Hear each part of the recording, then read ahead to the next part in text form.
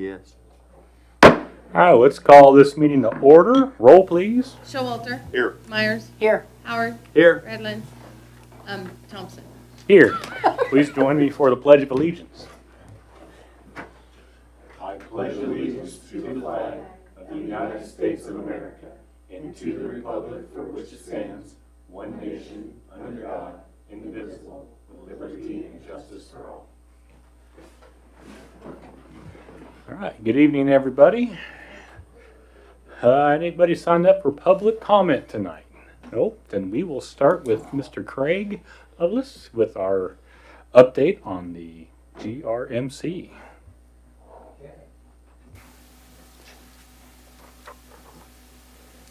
So we had a little longer meeting this month, but we won't have to go through all the details.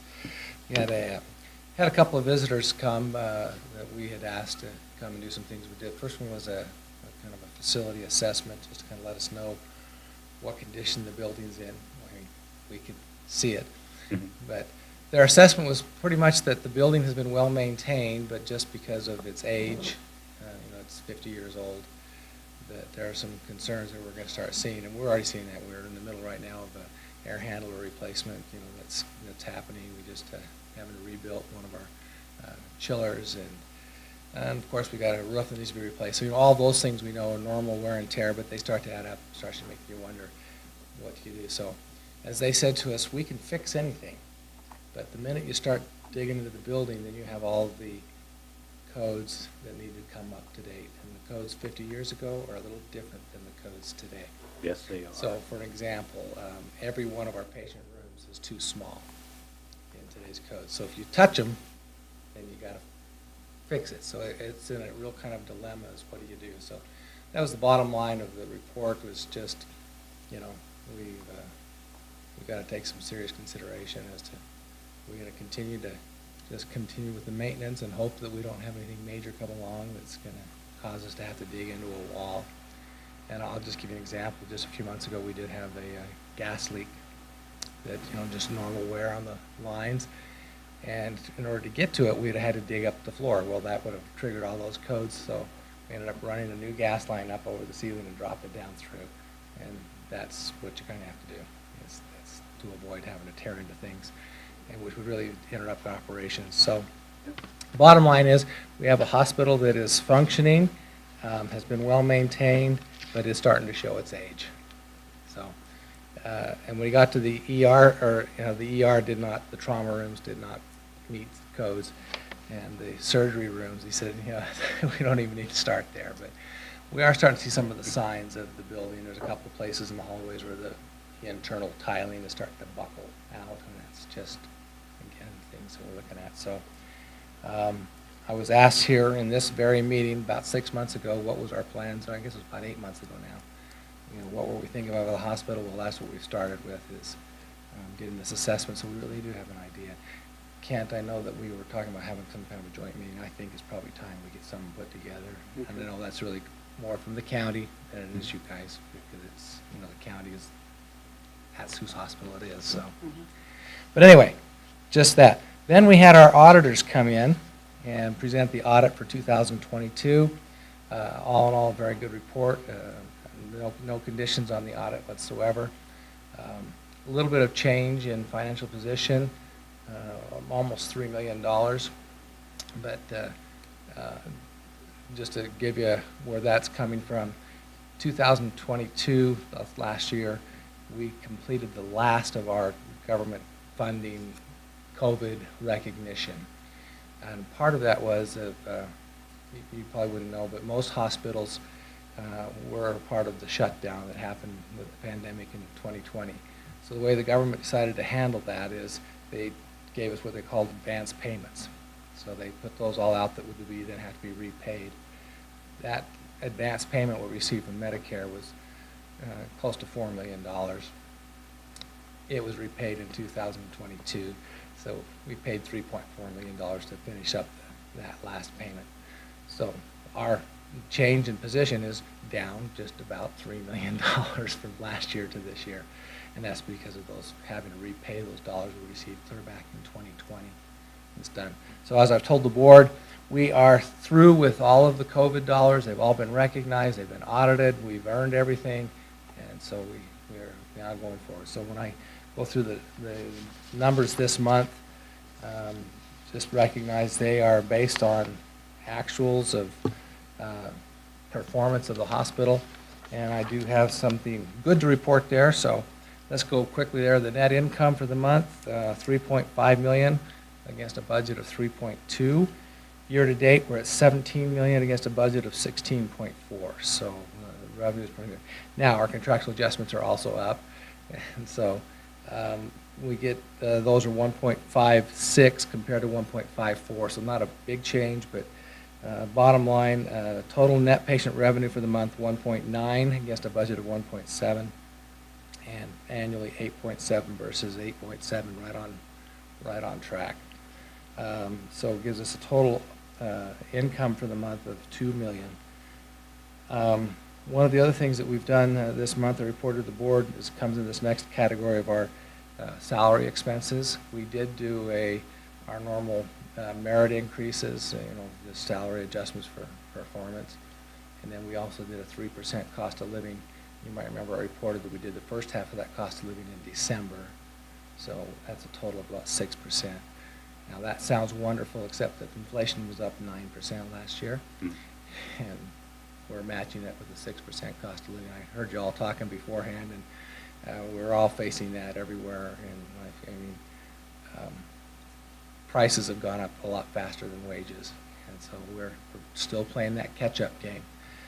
So we also then took that into account, looking at our most recent salary data to make sure we're comparing.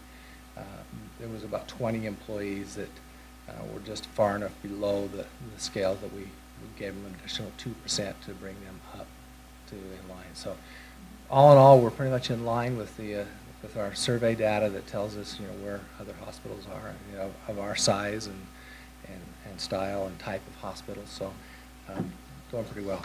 That said, the salary expenses for the month was $600,000, $627 compared to a budget of $655. But you go down to the contract labor, which is up $112,000 versus $68 budgeted. So, and year to date, that's much more significant, $528 versus $344. So almost $200,000 in contract labor. If you add that up to the salaries, that would put us right in line with what we've budgeted for. So where we're saving some money by not having regular salaries, we're having to make up for it by having to hire contract labor to fill shifts. So that's an ongoing problem. I honestly don't see that changing in the near future. Prices are coming down a little bit for the contract labor. Instead of paying $155 to $200 an hour, we're now paying $105 an hour. So it's still significantly higher than what we would pay our normal, employed nurses and rad techs. We currently have 4 nurses on contract, 1 respiratory therapist, and I guess we just finished up with our rad tech. So got those kind of out of the way now. So that brings us then total expenses with the hospital of $1.8 million versus budget of $1.7, year to date 8.5 versus 8.7. So we've been able to control expenses a little bit there. And this is the good news. Total operating income for the month, $222,000 against a budget of $12. So that's pretty significant. Had a very good month. Year to date, about $398 versus a budget of $62. So we were, like I say, planning for this COVID dollars to all be gone, that we would have a flat budget for the year, and we've actually been able to, through the first 6 months of the year, been able to do pretty well. So good. I think that's good news. The hospital is functioning. The operations are doing well. Going on down, we have the tax appropriations, 340B income, and others.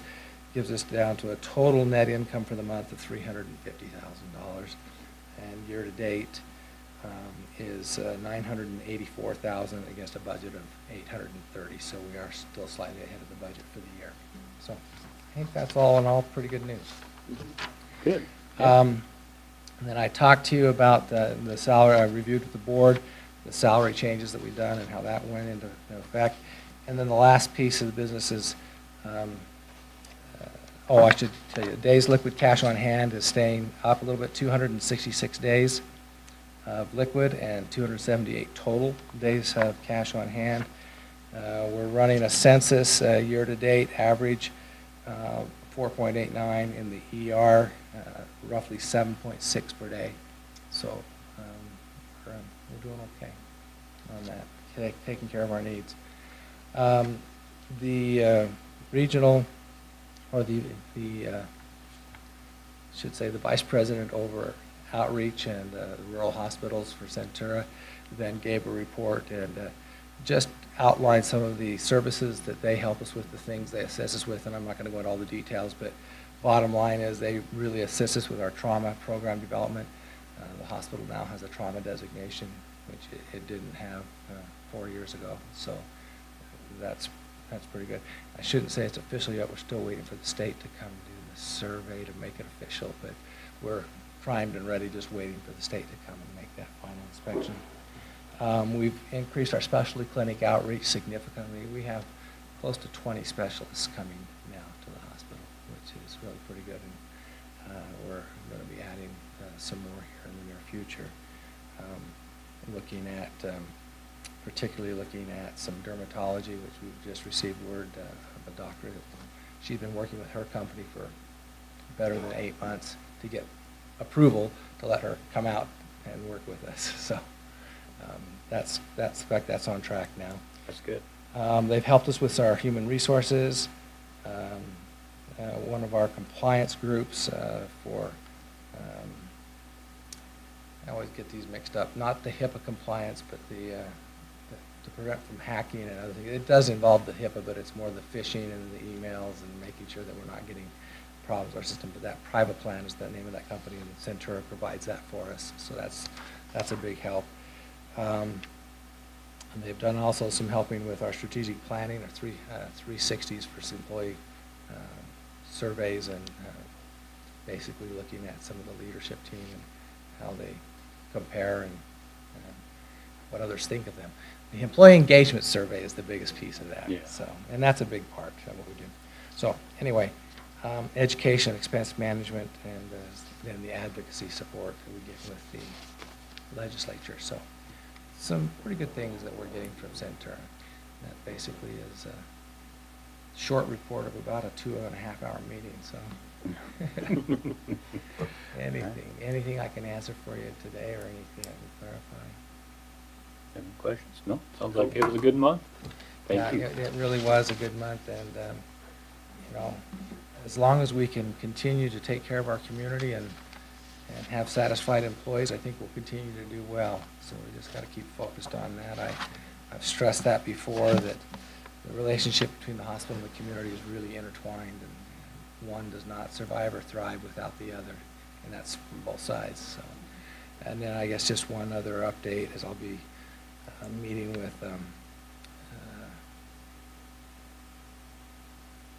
name just slipped. Your boss, Jason. Ben Shears? Ben, thank you. Ben and I are getting together on Wednesday to talk about some of the scholarship opportunities, to look at how we can expand healthcare education at the college, which will obviously help our community. So we'll be looking at that on Wednesday. All right. Awesome. Thanks. Thank you. That's great, thank you. Thank you. We'll mention it. That's okay. We don't record these or anything. All right, let's move on to the consent agenda. We have A, our commission meeting minutes, and B, the appropriation ordinances 2023-13, 2023-13A, and 2023-P13. Anybody have any questions, comments, concerns on those? Make a motion to approve consent agenda items A and B. We have a motion by Commissioner Showalter, second by Commissioner Myers. Any other further discussion? Roll, please. Howard, Yes. Redlin, Myers, Yes. Showalter, Yes. Thompson. Yes.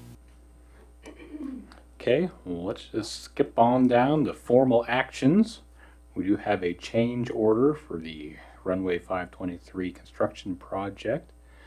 Kent, if you want to touch on that. This change order it's a price increase for materials on the relocation of the PAPI, which is an acronym that I didn't look up again, but it's the, so that they can use instrument flight in landing and takeoff on the crosswind runway. There are specific requirements that were required by the FAA, and it's taken, as you can see in the communication form that Mary put together, the background instructions that we talked about this last summer. Mm-hmm. And it's taken since last summer for the FAA to agree regarding the change order process and the pricing for the materials. So that's what's before you now. Staff recommends approval. It's been a very frustrating process. So Just one last thing, just holding everything up to get finished up. and it won't be finished unless the items get here. It will not get finished until next spring. Yeah, So it just seems crazy, but. All right. Well, anybody have any questions or concerns on the change order? It looks like the increase would be an amount of $10,574.34. But again, this does not affect our budget at all. This is all coming from the FAA grants. yes, it is. Dragging their feet with that makes me wonder, at what point are they gonna be responsible for some of those material increases if they're the ones that are dragging it out? Why does it have to come out of our grant funds? That was one of the discussions between different departments at the FAA, but the resolution was it could fit within this grant. Certainly doesn't fall over onto us.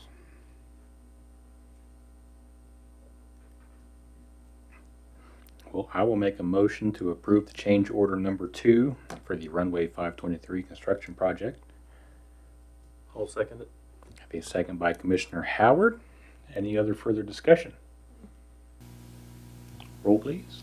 Myers, Yes. Howard, Yes. Redland, Showalter, Yes. Thompson. Yes. Okay, we will move on to the Workforce One lease here at City Hall. Kent?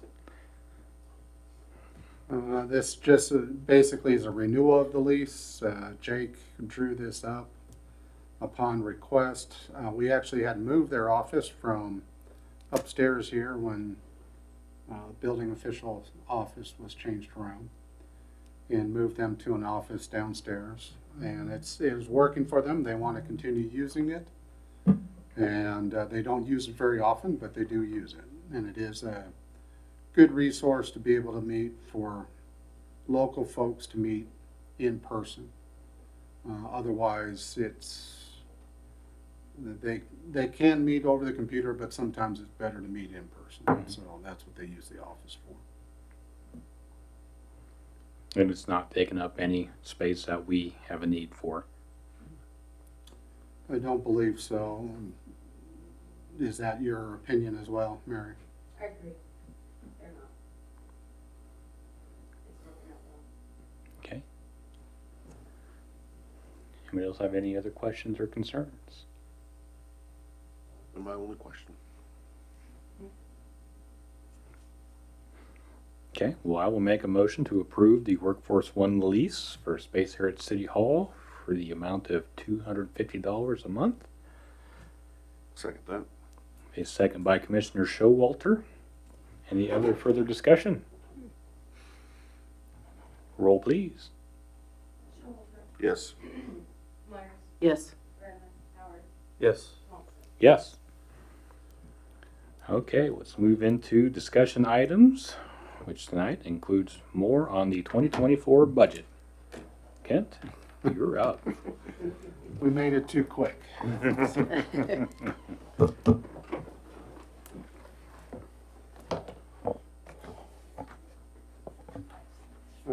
Last meeting, we discussed the general fund and the other ad valorem funds.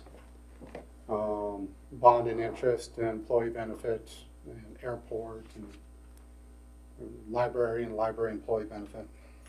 Those combination of funds and anything associated with them. Tonight, the main topic is going to be the utility funds. And that's where we're headed now. Go ahead, Josh. And do you have good sound for me? Since that was a question last time, I wanted to make sure.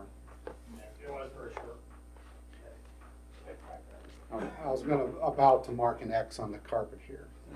Staying on the spot. Just want to make sure everybody can hear you loud and clear. As usual, we want to have a balanced budget with secure reserves and sustainable operations. We want to make investments in our staff and also in the facility and infrastructure improvements. And if that possible, diversify the revenue base, if possible. Go ahead.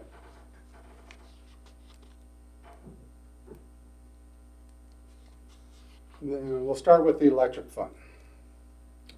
And Lucas is here to correct me on anything if Dustin wasn't available. But the total revenues within the electric fund raised slightly in the 2023 revised and then also for 2024.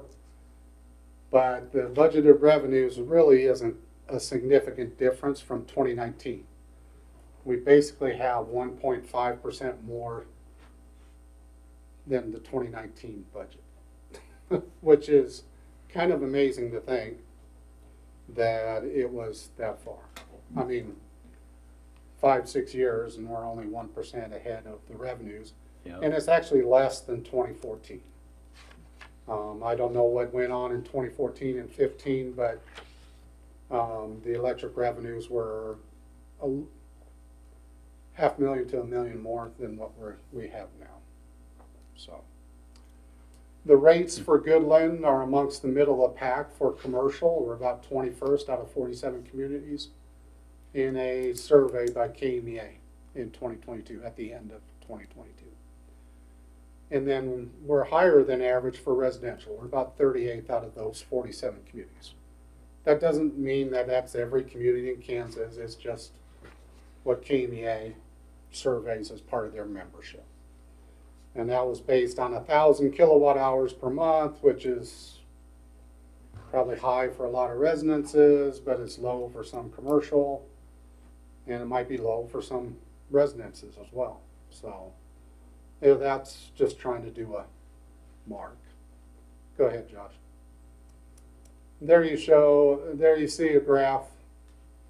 I need to make those words bigger. But it's basically the actuals from 2014 to 2022. All of these will have, on the actuals, will be from 2014 to 2022. That's the last year, obviously, we've completed with electric revenues. The bottom shows the cash balance. We had almost 2.8 million, almost 3 million in cash balance in the electric fund in 2014. We're obviously below $1 million now as far as electric. That's the blue line that's on the bottom. On the top, the sales and service collections, and then the total receipts. We really don't make anything else besides sales and service collections. And like I said, it was around 7 million in 2014. We're about 6.4, 6.3, 6.5, somewhere in there. And at the end of 2022. So you can see it's flat, it's gone down, and then it's just kind of wavered around that one area. Go ahead, Josh. The electric production fund. The personnel cost that we've included in the budget, it was a decrease due to one less position. We've actually included in the budget the last 2 years or something like that, just seeing if it would still be needed. And it was just listed there. And just because a utility fund, it can roll over. You know, the funds, if you don't use it, it just rolls over into the next year's budget. So there really wasn't any harm in including it in the budget. At this time, Dustin has stated to go ahead and release that position as far as that goes. contractual, the big ticket item is unchanged. That's the huge ticket item. In your books, if you look under the electric tab, you can have that in front of you while I'm speaking with the PowerPoint. You can, after the electric tab, you have the revenues on top. That's the first page, and then the next page is production. And you notice there's one figure that's bigger than all the rest. That's power purchased, which is $3.5 million. We're not changing that just because there's a lot of variability with that. Mhm. And it's stayed above the amount for the last couple of years. But that doesn't mean it will going forward. Just like y'all found out, you know, before I got here, you had that February 2021 event, which Yeah. had an extra $1 million charge, $1.5 million charge for power purchased. We're still within that contract till 26, but for 24, the most it's a conservative thing to just keep with the same number because you haven't been wide variability from it. Yeah. But leave it at there. There, the insurance is increased, and you'll notice that we went through a bunch of the funds, and the last time we had insurance increasing 10 to 15%. Big increase. Yeah. So that's increased. There's other minor adjustments. There really isn't that much change overall in the contractual. In the commodities, there's minor changes in several categories to get to that reduced amount. We just narrowed it a little bit within that budget. Just trying, once we get to the end, you'll understand why staff did a few things regarding that. The transfers, there's nothing in capital outlay, and then the transfers include transfers to SURF, the capital improvement, which is portions for underground tank and roof replacement, or replacing the underground tank, or removing the underground tank at the electric or the power plant facility, and then also the roof replacement for the building. But those amounts were reduced from 2023, and then transfers in the MRF, or to the MRF, the Municipal Equipment Reserve Fund. There's portions for a switchgear for a 3-phase sub and IT backbone. It's the same amount as the previous year. So that's regarding production. Oh, I guess I have it. No, that's the words for it. Afterward, the summary. That did include in the things here is the electric production fund, the things that personnel have done to mitigate expenses and will continue to do. They're reconsidering the frequency of the maintenance runs on the engines at the plant. Their maintenance made more often than new projects. And the plant is still a good negotiating tool for power contracts. It's good that we have it. And it's good in emergency. We can get power back much quicker than neighbors that live around out in the county or in other nearby communities. And we'll need to talk about this a little bit more as going forward. It can become an even greater asset if we end up going ahead with electric master plan and possible additional power projects, whether those be renewable. I'll send you a copy of the latest proposal regarding renewable that we received, which will be our contract limits to 5% of our power behind the meter. So that's what the proposal is regarding. But there's other opportunities for renewable that can come about, or that one actually might be, because it would be just ours, might be real useful. And then an additional CAD engine, if it was a generator on site at the power plant, wouldn't take as much to generate power as far as people power to be able to do. might be another option as far as contracts going forward.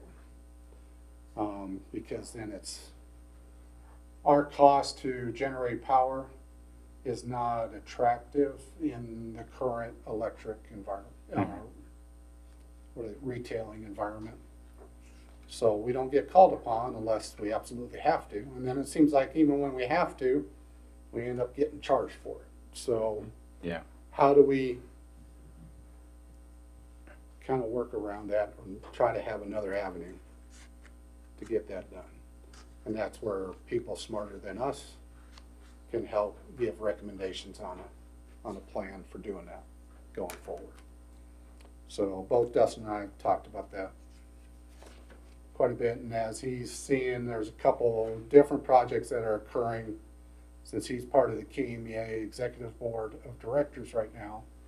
He's seen another couple projects come to the forefront there. And you may have seen announcements of one or two of those happen recently. One in Russell, I believe. So that's regarding production. In distribution, which is the power lines and the substations, personnel has increased, basically just matching the plan that we've set up. The contractual is a slight decrease overall, but not a huge amount within that, from 177,000 to 168. Commodities, there's a slight decrease in construction prices. They have just gone up like crazy, but right now there seems to be a leveling out or a little pause.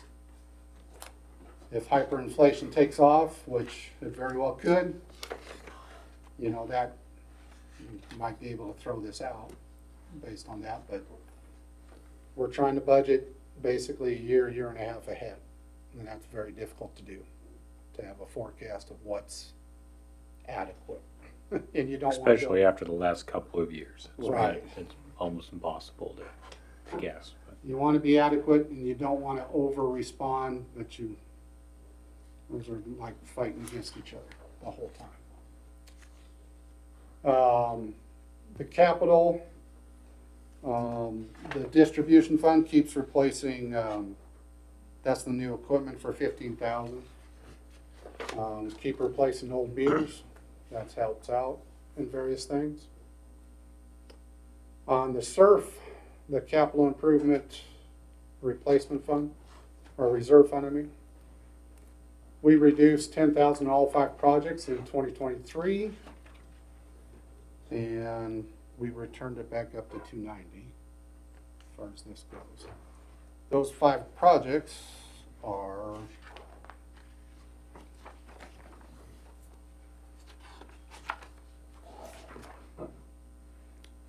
rebuilding a section of the North Loop, rebuilding 8th to 10th along Eustis and Harrison, rebuild Main Street, the 7 Mile Tie project, replacement basically, which is over $1 million. I hear there's 99 power poles out there. There's 99 power poles, and, well, I won't start singing. And then the other one is the South Loop project, which actually hopefully we'll be able to do a portion of that project soon. So, and find out if that price tag, which we were building towards, you know, we have 1.2 million for that project in the SURF, is accurate or not. Get a better idea if we can do a portion of it. Still have a lot of different variables and if, ands, or buts regarding that project, especially about crossing the interstate, because it's replacing. And right now, Lucas, that section goes underneath the interstate, does it not? Both sides. It basically follows the commercial corridor down K27. And then crosses the interstate on either side of the exit 17. And whether we could go overhead, replacing it, or go underneath, that's one of the big questions about the project overall. Also drives the pricing Because Yeah. going underground, like I've suddenly learned a lot about in this initial project, if we would be able to do it, replace it or extend the current size of power from Yost Supply to the Sonic property or McDonald's property, one of those two along there. That going underground costs 4 times or 5 times the amount of going overhead. So that may have been part of it, as far as the price tag that was estimated. And with the construction costs being the way they are, a little uncertainty about whether that's an accurate number anyway at this point. Yeah. Because I don't know when they started saving up. I think it was about 8 to 10 years ago, is what Dustin says, when he took over as Director of Public Power. On the MRF, it's decreased 35,000, basically the Unit 41 already has a certain amount set aside that should be, we'll just have to see regarding the amount. But that was reduced on the budget side for this. Because there's 158,000 already set aside for replacing Unit 41. So those are the items regarding the distribution. And a couple of things that the crews look to do, and what Dustin and Lucas tried to do and trying to purchase for the distribution part of it. They look at ways to control supply chain issues, whether through cooperation with other municipalities or with co-ops. There's currently a conversation to become a KMEA member utility warehouse, or what that would look like. The current time, just like the police has stated and the street department has stated, regarding the lead time to be able to purchase a truck, ordering bucket trucks now in order to receive them in 2 years. So it's kind of I don't know. I think they just make up numbers on the phone Yeah. about when the bucket trucks would be, but it's a year and a half to 2 years right now. Yeah. Go ahead, Josh. It is tough to manage the budget with supply chain issues. Orders are scheduled months and years in advance instead of weeks. And you've heard Dustin make remarks about that several times that he's come up and talked with the commission here lately. New equipment is harder and at much higher cost. Maintaining staff is a key component. We haven't had to face the lack of candidates yet, like other municipalities. Hopefully that doesn't happen anytime soon, but that is a difficulty that a lot of smaller departments have had to face here recently. And electric master plan and assessing the benefit of additional power units in whatever category as far as electric distribution. Would that help regarding our substations, et cetera, and all that? Or that's part of that master plan thought process. Do you have any questions regarding the production and distribution categories?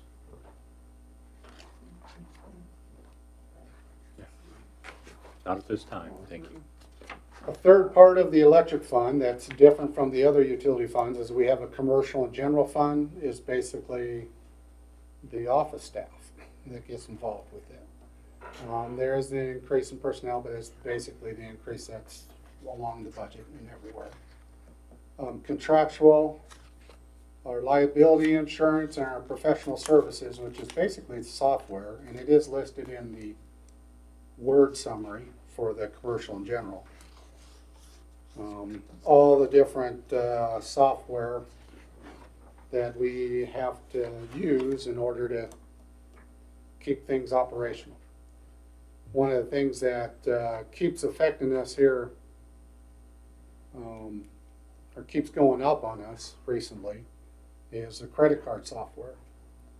and that more and more people are using credit card. We want to offer that to our customers, obviously, but it's costing us more and more, and then most businesses are having to face that, whether to pay.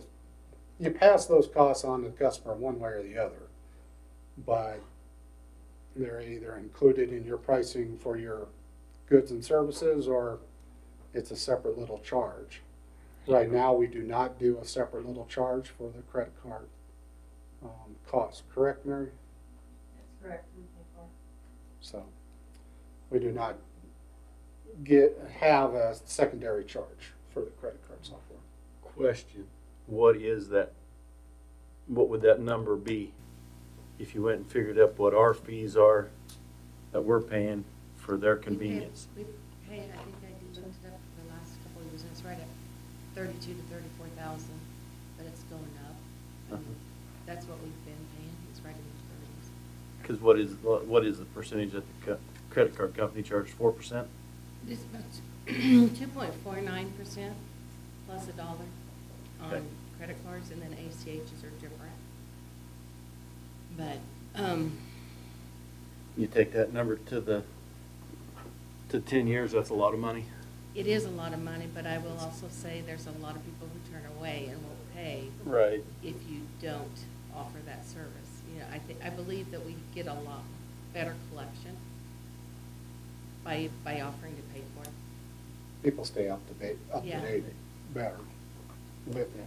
It is a cost. It is, The yeah. Very- problem very for big us cost is of how do doing you business. handle that cost? And, you know, everybody wants the convenience, and I'm sure all you guys have been involved with that. You understand that, but you also understand the cost that comes to you. Yeah, and you know, and I don't know how most places figure it out, but you know, people use credit cards in a lot of places. In most places, you don't get a fee on top of when you Right. use it. So on the very few places you come across where they do tack on a fee, it really captures your attention, and then you start asking questions as to why. And so it's not something people are familiar with or comfortable with at this point for sure. But It's just one of those things that it probably, not that we need to charge it separately, but it might be a thing to say,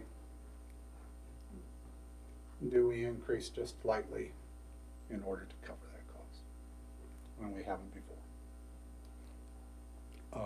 just in the general fee cost of Just in the general fee cost thing. But, and you notice all the other things that we have within there that helps our whole billing, utility billing situation get worked out. Again, in the commodities, it's slightly reduced. It's not a huge amount anyway. It's 37,000 to 35,000. And there's nothing in capital. The MRF decreased 5,000 from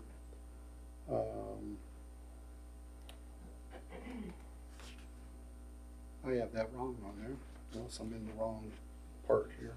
No, we took it off the Christmas decoration. Yeah, but from last year it didn't. We decreased it from what we originally put on there. Yeah. That's what is on there.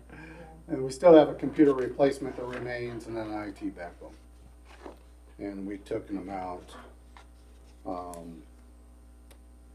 that was updating Christmas decorations. So that is no longer on there. This does include at the end, go ahead to the next page, Josh. In the miscellaneous, which has three little lines, but it includes transfer to the general. We have the electric fund. Basically, the idea behind it is like a franchise fee that we do for the natural gas. It's transferred to the general, and it's the same amount this year as it was in 2023. And in 2022, and then in 2020 it was $10,000 less.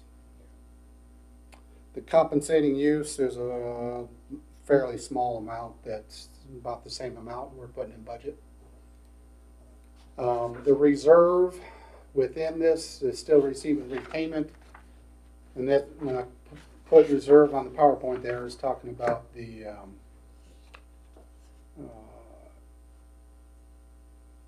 no, maybe need to be corrected.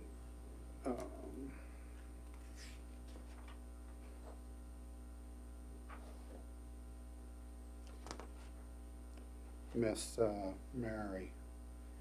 There- Is that The one of the reserve was ones we? repaid as of June. The middle of June, the electric reserve was repaid. And that's the part reason- of what we borrowed against for our Yes. big bill we had. Yes. Yeah.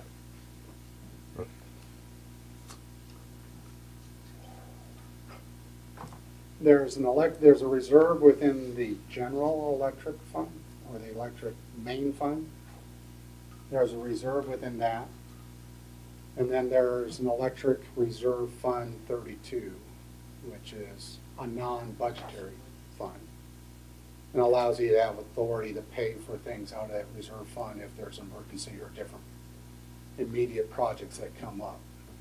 That let you know, kind of a storehouse to be able to use resources to take care of a big problem. $1.4 million electric bill. Yeah, well, $1.4 million electric bill, which was, part of it was used to help pay that bill Yeah.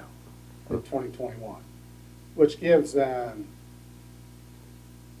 you know, a response about whether the reserve fund should be there or not. Because I don't know if we would have had the ability to be able to authorize that bill as quick as we were able to pay it. The electric reserve fund, which is the bottom note on that PowerPoint, will have $577,000 in 2024. We don't want too high a reserve.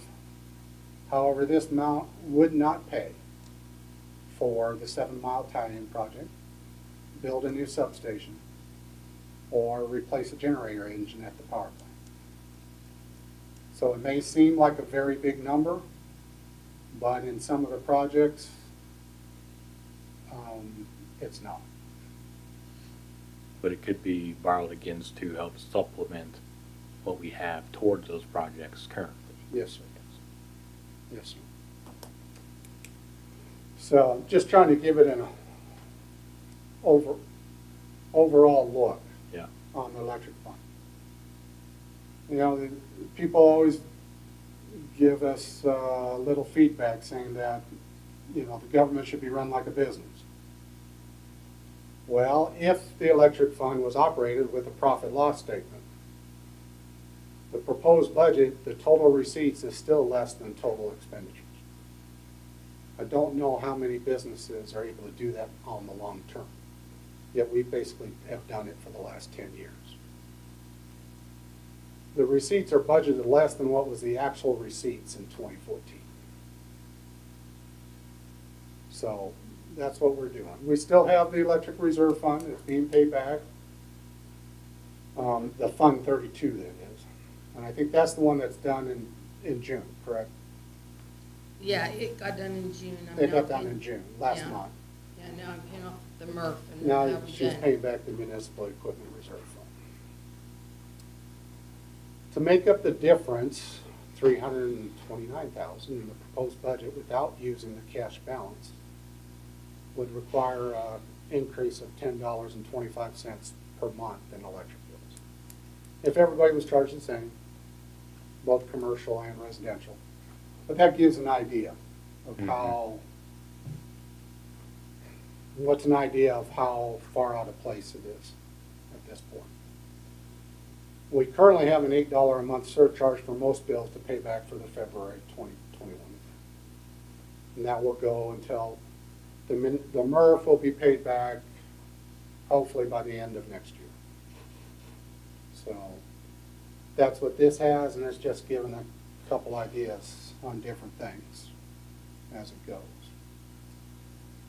And this gives you an idea. Now this is actuals, this isn't budgeted. But again, it's probably too small to see. But the blue line is total receipts and the orange line is total expenditures. And they kind of play they're ice skating next to each other. And the orange line is up above most of the time.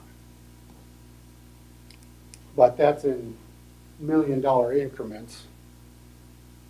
So the spread is actually probably farther than you think between the two lines. Go ahead to the next one, Josh.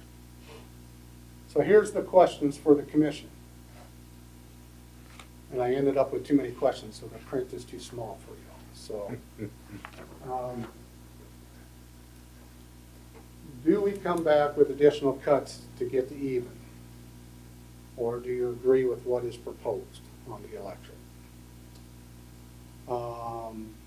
Does staff eliminate the transfers to the IRFs, the SURF and the MRF, for the larger projects in the electric fund? Partially or entirely, in order to get back closer to even.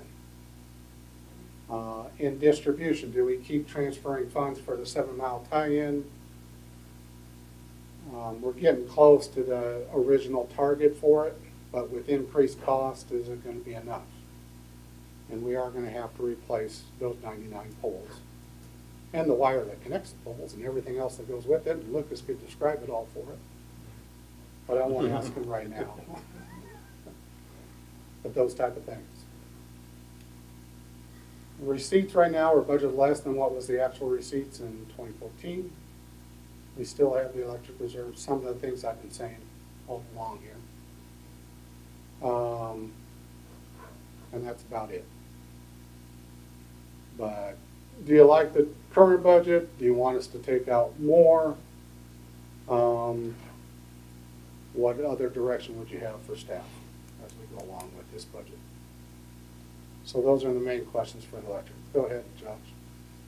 You on the water? It's on the water. So any questions about, you can go back to one, Josh. Is there any questions about the questions? Or concerns, or comments, or complaints? 7 Mile tie-in, I guess. One question on that, and I don't know if this is the right time to ask or not, but we have our power contract is coming up in a couple of years. Regardless of who we go forward with that contract, we will need to utilize that tie-in, correct? Like if we were to change Is that power correct, distributors, Lucas? we would That's still really need to our- use the same tie-in. Okay. That's the only way power gets to us. They send the power along Mm-hmm. everything else that gets to that 7 Mile tie-in, and then that's like the cul-de-sac to us. Comes in off Only other way is to operate. that. So, and we're responsible for that 7 Mile tie-in. So if one of those straight line windstorms or tornadoes come through and take out the 7 Mile tie-in or a portion of it, it's our responsibility to put it back. So, Yeah. Because budget talks are always hard when it comes to where all the different funding dollar amounts come from. Because you always have to, at least I do, I always question myself, how are the other communities that are roughly our size funding their budget? How much is coming from ad valorem taxes? How much is coming from utility rates? How much, and I suppose I could probably make some phone calls and get some answers if I really wanted to. But I just wonder, like we don't make any money on electric utilities. However, according to your slide earlier, we're kind of mid to upper as far as cost compared to everybody who participated in the survey. So it just makes me wonder, well, how do they do it? how are they, what do they do? Or are You they know? ignoring it, or what? Or how do we truly compare to the state, not just the 40 or whatever it was entities that participated in the survey? So yeah, I don't know, just thinking out loud at the moment. I guess it's hard to think of where you can change it. I mean, I don't like the idea of an increase in $10 a month, but I also wonder how are we losing so much money while still charging average, if not higher, compared to to other entities, but, and maybe they're doing the same thing. Maybe they're also losing and then making up for it in other ways, but I don't know. I think it's a question that a lot of small utilities are having. Yeah. I haven't faced it as much with electric, but I know in water and sewer it's the same way, where it's just, you know, some of the bills are coming due. You can put off maintenance for a while, and I think that's one thing that the electric does pretty good at, as far as what are the projects to keep our system in good repair. And that takes regular things where they change out poles. I mean, there was just something within the last month or two where they changed out on a block or two, wasn't it, Lucas? We just finished between Syracuse and Texas, 15th to 17th last week. Doing those regular type things, I'm sure Lucas, when he goes to another town, notices the poles and the wires and everything else, just like when I go to another town, I notice the curbs and the fire hydrants, and, you know, not that other people see it, but you see it and you see whether they've maintained it or they haven't maintained it. And, you know, when you're doing regular projects like that, replacing poles on different 2, 3, 4 block sections, it's taking the money that we do have and using it for those things and to do those things. So I think our system overall, the problem is for our size system, it's getting more and more difficult to balance. Mm-hmm. Upkeep budget is cheaper than having, whoops, we gotta redo this now, and it'll cost more.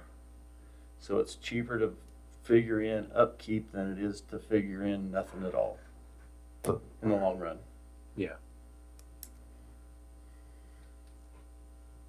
Well, and one thought that will come up, will probably be asked of the commission, is when that $8 fee is done, what do we do?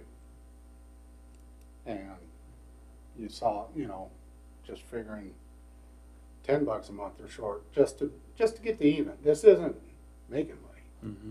It's just to get to even. You know, what are we going to do when that might be a question posed to the commission. Well, my answer is that it needs to go away, and if we need to increase fees in some other way, we do it in a different way, but don't just tie into that one. That's my thoughts on this day anyway. That's good to know. But you know, there'll be things that will come up as questions. Yeah. So, on to water. Unless you guys have anything else you want to talk about electric at this point. It doesn't get happier as we go along. Yeah. I mean, just, you know, one thing with the electric, just everybody to think about, you know, with the contract coming up in a couple of years, whoever is sitting on the commission needs to take all this stuff into consideration with whatever the next contract with the next company, however they may look, that hopefully we can try to leverage our current assets as hard as possible to get a better contract than this last one has been. But who knows what that environment will look like in 2 years. Yeah, there may be other circumstances come up that make it more difficult in any event.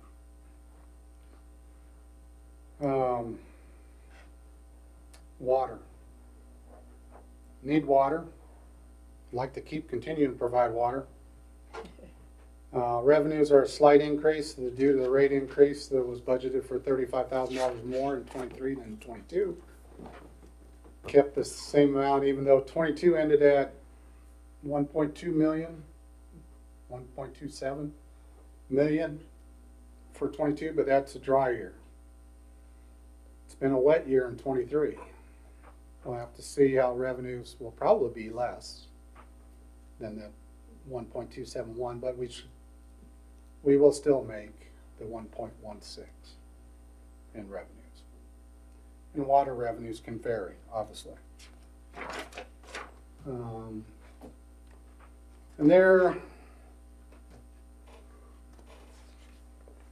you get to see the lines. That's basically all it is. I did not make them near big enough. The orange line is the revenues. The bluish gray line is the expenditures. You can see that they waffle above and below each other. You notice the general increase of water revenues is a little bit of an increase, because we did do that increase, you know, a year ago, a small increase. And a lot of times that is preferable, having a number of smaller increases rather than waiting for one large increase to occur. But that's just the graph. Go ahead, Josh. This one shows our cash balance in the water fund, which took a nosedive for a few years. Basically from 16 until 20, and then started coming back up in 21 and 22 a little bit. Basically because of the dry years and also a little bit of a rate increase that we had. And also that we've been focused on sewer projects more than water projects. We will have things come up in the water that will require some additional expenditures. Go ahead. And that's the total revenues. You can see it's been really, that's the budget. Our actuals obviously change when it's dry or wet as far as water, but what we budget, we just try to do a middle of the road as far as the budget, and we've had a slight little incline the last couple of years. That's about all. But you notice that we budget more in expenditures than revenues in water. So it goes back to that same thing. Why are we doing that? One of the reasons that we do that is if we don't have that project, it just stays in the fund. So you end up at least having the authority to spend it if you need to, and using up the cash balance if you need to. But most of the years in the actuals, we did not use the entire budget. In fact, I would say 100% of the time, we don't use the absolute last dollar of whatever budget authority gives. Yeah. So, go ahead, Josh. Water utility.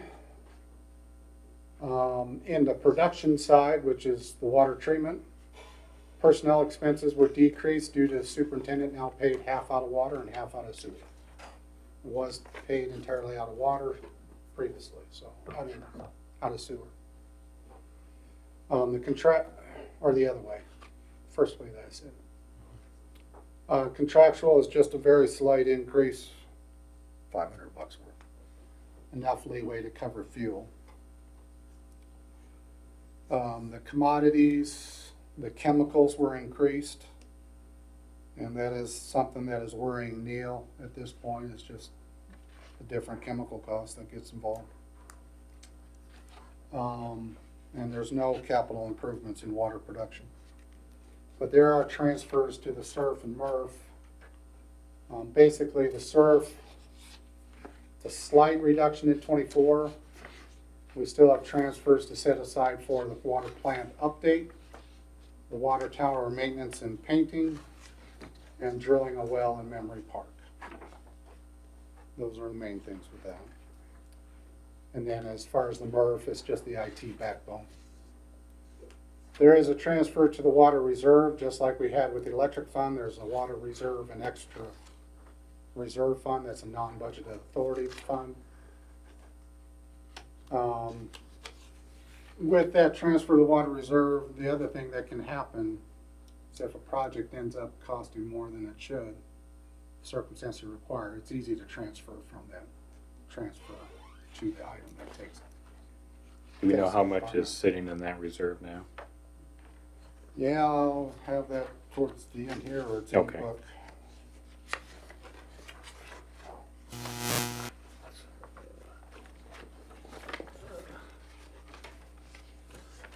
If we'll get to it, that's fine. There. It's about 300,000. It's 279 right now, or by the end of this year. 275 going into this year. electric, or the water reserve. Go ahead, Josh. The distribution side, which is the water mains, the fire hydrants, the water wells. Personnel decreased, but we still need to keep personnel around. That's probably the hardest thing we've had with the water sewer departments. Contractual insurance has been increased. And we did have a couple incidents in 22, not in 23. Well, also in 23, that's caused a little bit more expenditures. We had to redo a well, basically, or the column within the well in order to expend there.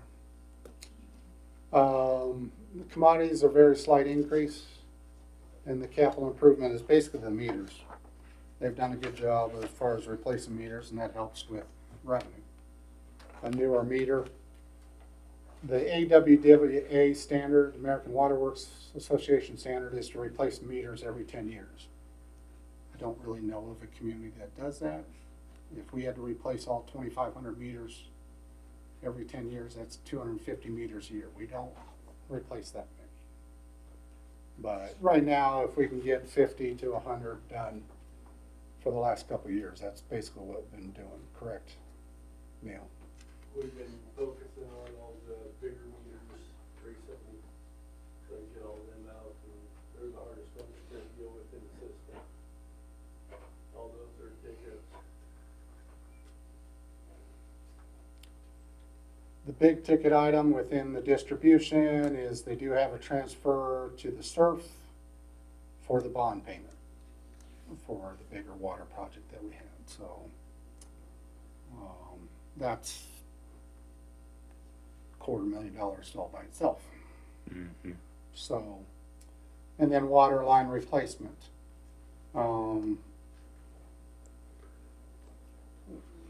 We've been working on just at the start reviewing basically another water line replacement project for, and also to connect various dead end lines of the city and problem areas as far as leaks go.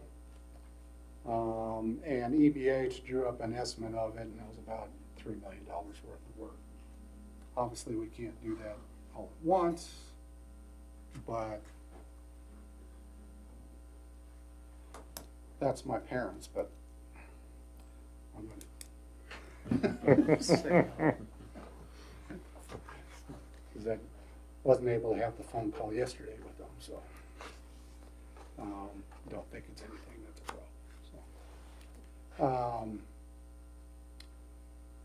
So so that water line replacement, we'll show you the broad scope of that at a future meeting, but that's a big project. But some of those would help the system overall, and also help the particular customers on those sections.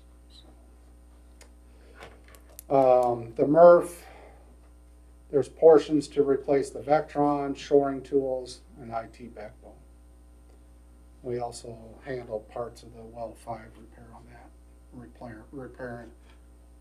replacing the wellhead column on that. And it shows the bond payment right after that on the distribution summary. The bond payment in total is $271,000 in 2024. That's principal and interest. We still have $2.9 million remaining principal at the start of 2024. Go ahead, Josh. The miscellaneous, we transferred to the general as well from the water fund. It increased in 23, $10,000. Do we back off this amount? That's a question for you all. Clean water fee, there's a clean water fund with the state that we have to contribute for. It's a state statute. It's $500 more for that amount. There's no change in the compensating use. And the reserve is getting close to 300K at the end of '24.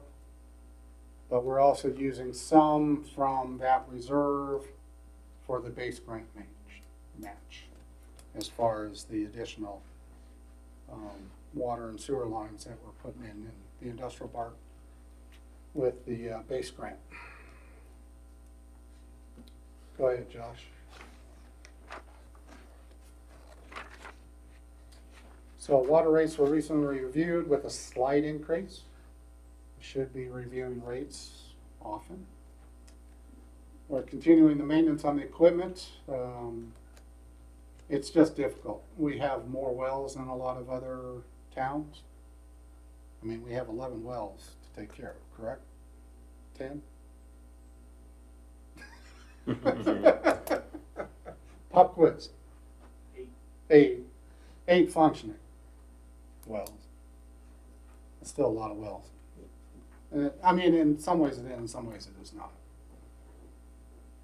The thing is that, and we get water from different sources, so that if one well goes down, we still can supply the city.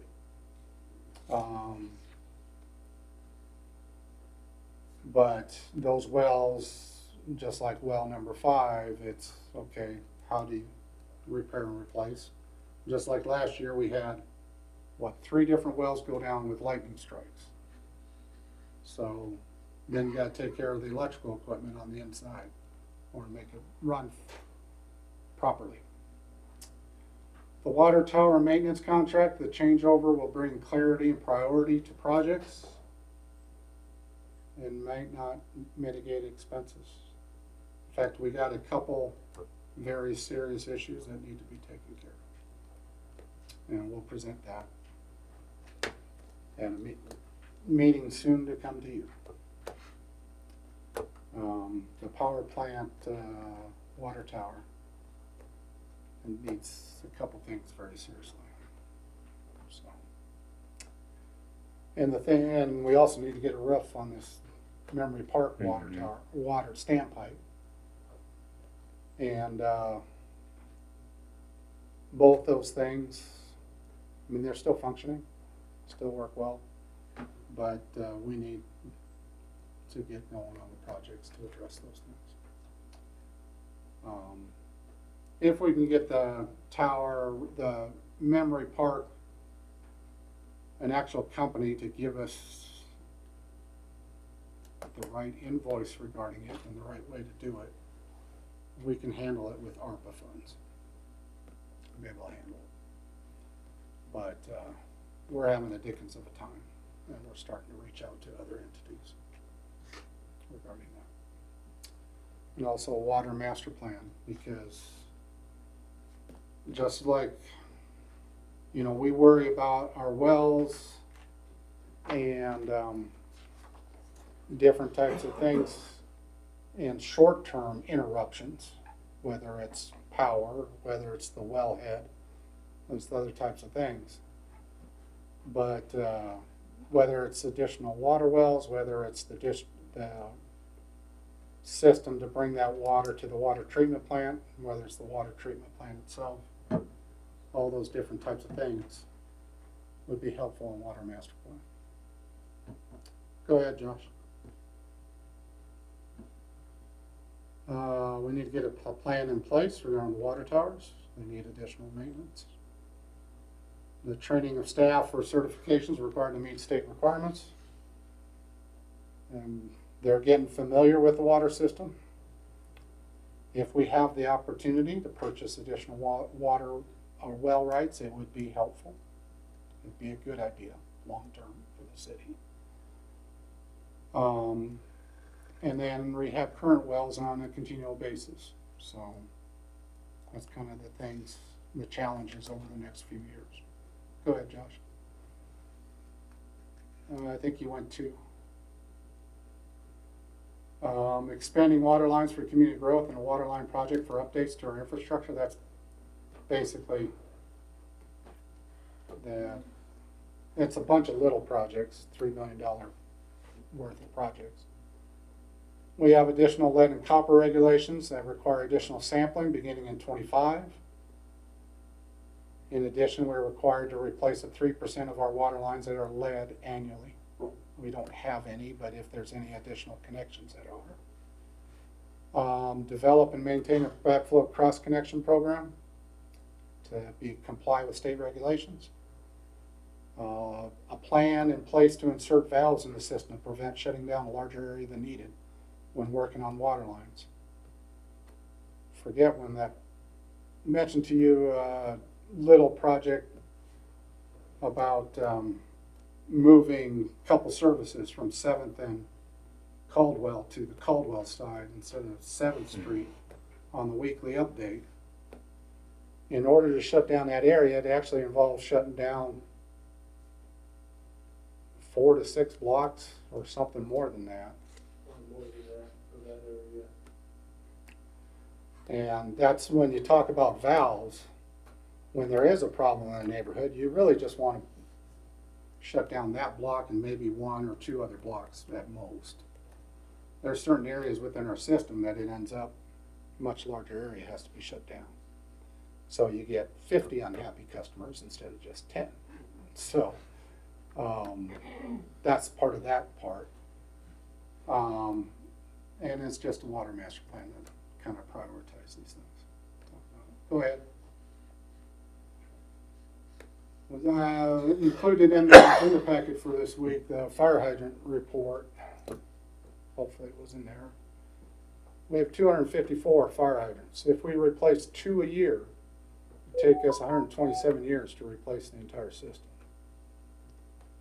Our oldest hydrant currently is a Corey fire hydrant at 8th and Walnut that was made in 1948. So it's only 85 years old. Still has another 42 years of service. Just kidding. The roofs of the water towers, and then I already mentioned that part. Hefty price tag to do some of these things. Go ahead, Josh. And so that shows just combining the cash balances of both the reserve fund and the regular water fund. You notice that it's gone up recently. We got a couple projects upcoming that's going to use that pretty darn quick. So it's increased between the two of them so that we're above 700,000 total, but Yeah. we're going to end up using it pretty darn quick. So, any questions, concerns, comments, complaints about the water? Oh, these are your questions. This is the proposed budget. Total receipts is still less than total expenditure. Does staff come back with additional cuts to get closer to even and not use the cash balance? That would take $154,000. In cuts or increases in revenue. And we got some big items coming up, and the ARPA money will not be available. That's a limited resource. We'll be able to use it for one thing, 2 things, but not the bigger items. Go ahead, Josh. I think that's it. So that's the question. Do we leave it as is? Or does the staff come up with additional cuts? Now, I feel like, at least the perception is one of the biggest challenges with water is that a lot of our stuff is getting old, you know, and you can only put stuff off so long, and you know they do a great job of maintaining things, but you know stuff. I don't know if just everything just kind of all got put in at roughly the same time when stuff got put in the city. You know, stuff has a lifespan that doesn't last forever, but it seems like there's just a lot of all the different aspects of the water is just getting old and needs to be addressed. But That's where it says like the 154,000. Where would you cut it due to things you just said? yeah, yeah, I have a hard time thinking that we can cut, especially in this department. like I said, just with all the things that are gonna need, and that's one of those things where, people lose their water and get upset real fast, so. Well, it's trying to use your resources to either the most benefit or the greatest bang for the buck. And when did we raise that water rate and how much was it? I can't remember. It was the beginning of 22. And it was only, It was minimal. Mhm. it was $1 or a little over $1.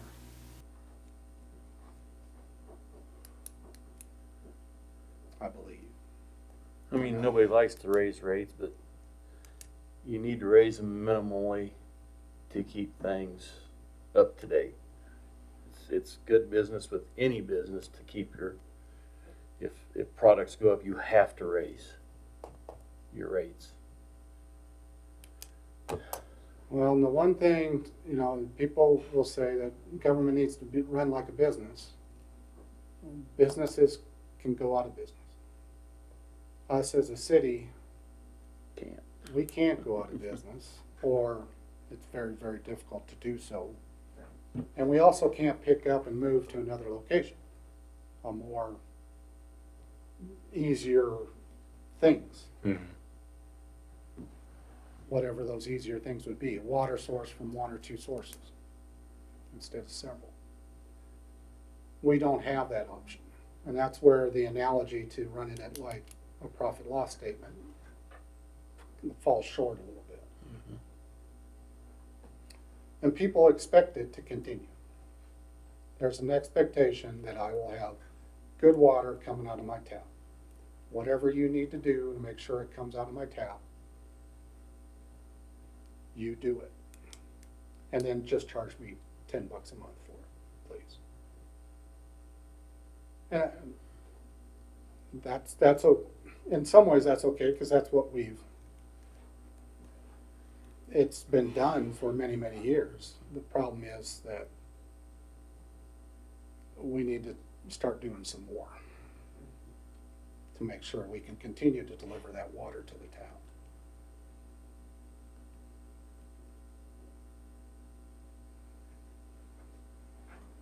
And not have a catastrophic thing happen. Mhm.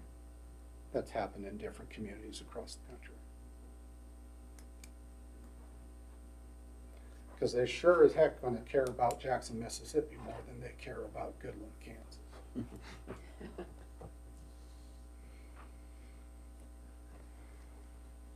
On to sewer, onto the dirty water side. We've had revenues, a very conservative increase in budget, although the rate increase of 20 cents per month each year generates about $500 more per month for us. It varies on seasonal basis a bit because some of our larger commercial customers, the hotels, use more sewer at certain times of the year than others. So that's where that comes in. Notice on this one on the chart, the revenues again are orange. That's the line on the lower side, as usual. In the last few years, we've kind of played patty cake between revenues and expenditures, going back and forth, whether revenues is on top or expenditures is on top. We're a little closer. We've also used some money from ARPA, specifically with the wastewater treatment plant, to get that couple things done at that plant that we didn't have to use our own funds. So that was good.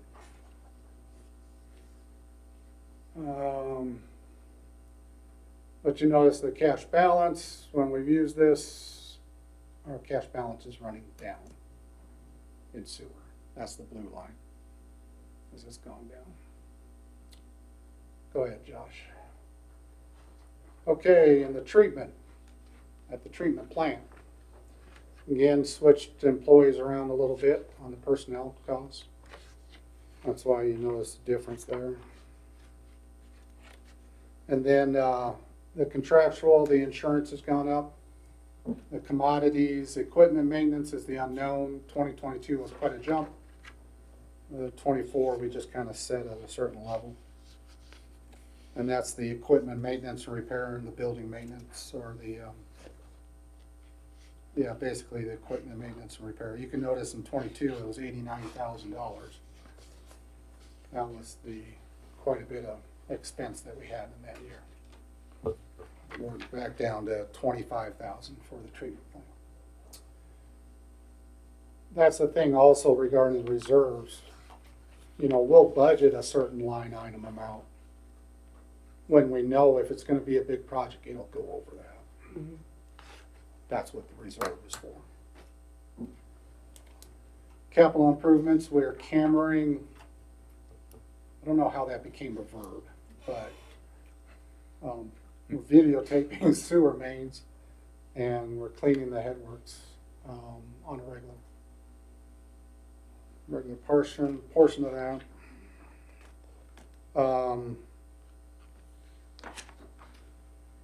But as a result of that camera, I think I have it on a future slide, because of that camera work on the sewer mains, it tells us where problems are at. And just like this month, they're supposed to be here in 2 weeks. Next week. What's the name of the company? Johnson? Yep. Is coming to do those repairs, the 2 repairs underneath buildings, or the lining of the 2 sewer mains under buildings, lining in a few other areas. They'll do the linings first, and then they'll come back and do the point repairs, and then they'll come back and do the manhole rehabilitation. Get rid of the flush basins. SURF is none out of this budget. MRF is just the IT backbone. There's no tractor in 24.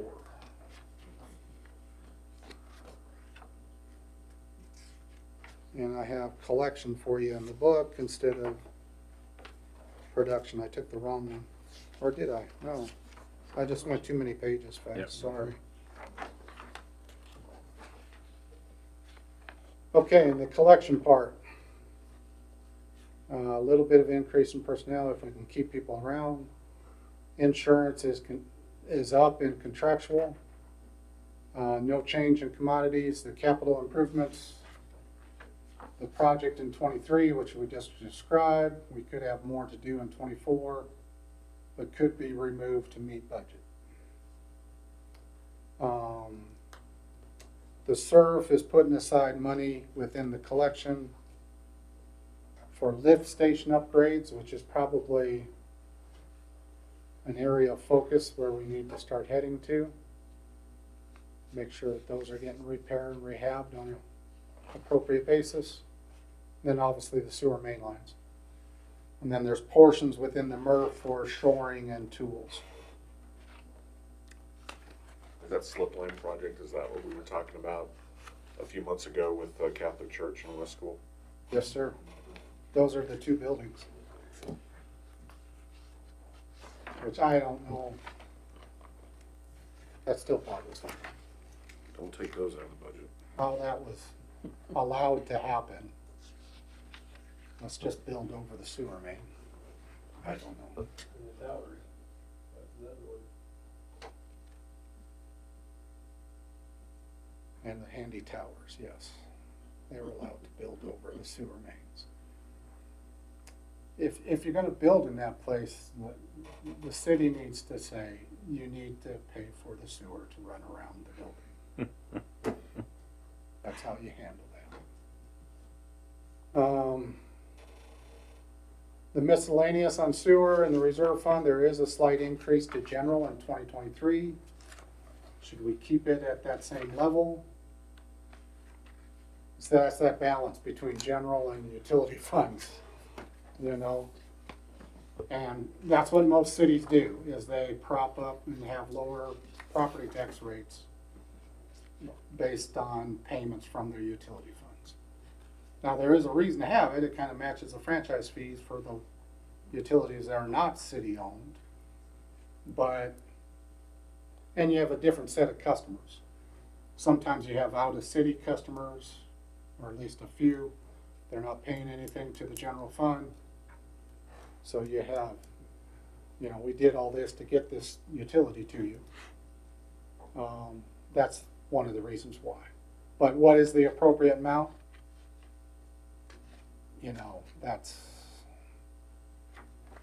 not a question, that's not gonna be an answer. It's gonna be what works for your budget. The reserve is treading water, although the schedule to transfer 20,000 to the reserve in 2023, there's no transfer in this budget in 24. The challenge has been sewer's been neglected, additional maintenance needed on the lift station and mains. And we've done quite a bit of work on the plant and been thankful for all the employees that have been involved in the plant, but it's just something that needs to be done. Go ahead, Josh. I probably have, we're trying to keep large expenditures to a minimum, but I don't know of that many, a lot of projects regarding lining sewer mains or at the treatment plant. We did do the headworks in 2015, 2016 project, which was an important project for the sewer treatment plant. Video inspection, repairs, and lining can prevent certain problems from becoming a major issue. But the sewer rate has a minimal increase built into the rate annually, but then the rates need to be reviewed annually, need to be increased at some point. And even though that's only 20 cents, I'm grateful for that's there. But we don't have that in the water and the electric, you know, even if it's a tiny amount, it's something. Yeah. It's better than a kick in the pants. But, there probably needs to be a review at some point.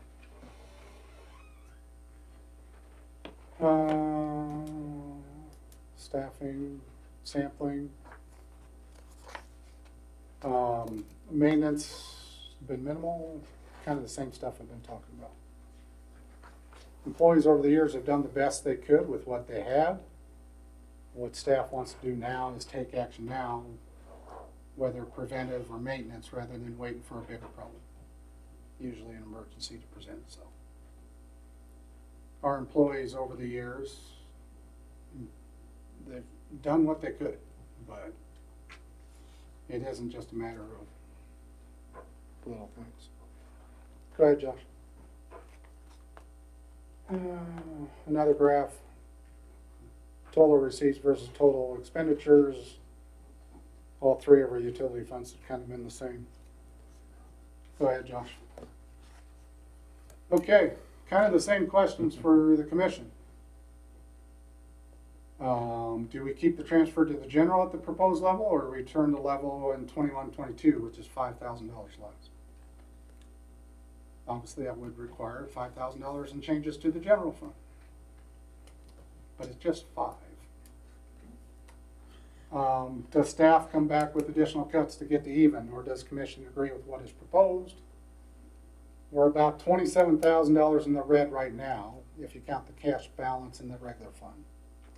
If it truly acted as a profit loss statement, it would require 6 figures, $158,000. Do we eliminate the transfers to SURF and MERF for the larger projects in the sewer fund, partially or entirely? And the major projects are the sewer main rehab, relining, and the lift station maintenance. And the receipts have been somewhat the same or less since 2019, even with that 20-cent increase each year. Which isn't a whole lot, but people kind of adjusted their behavior, which happens too. So it's kind of the same questions for all three utility funds. Any questions, concerns, comments, complaints about the sewer fund? Or should we just select a few dozen people in town to say you don't get sewer anymore? We'll do a lottery. Do it, Right. yeah. This is a lottery you don't want to win.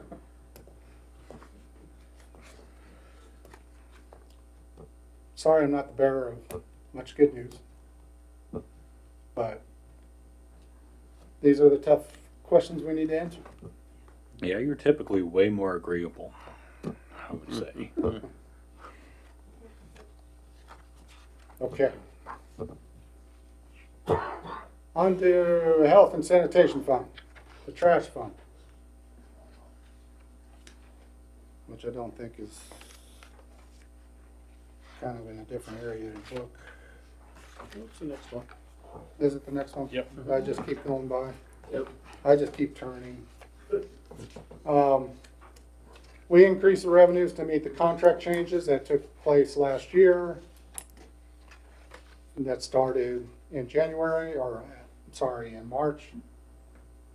We need to monitor, keep the fund balance the way it is. But otherwise, it's just basically a contractual fund. These will go much faster here. Next one is the Cemetery Improvement Fund, which I don't think is the next one in your book. No. Yeah, I was querying that. Yeah, other. Which is the tab 2 from the back. Cemetery improvement.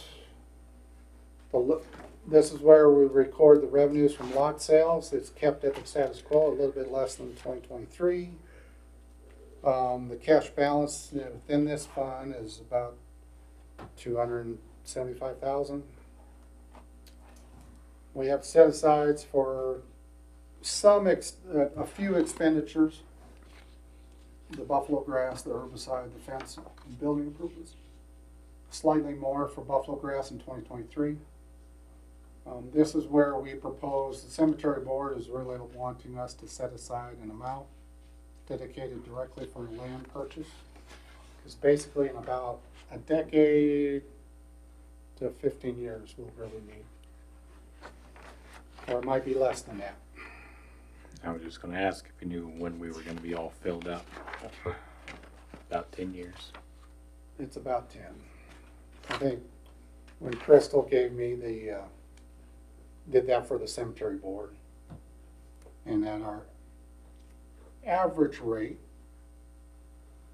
it would be about 10 years.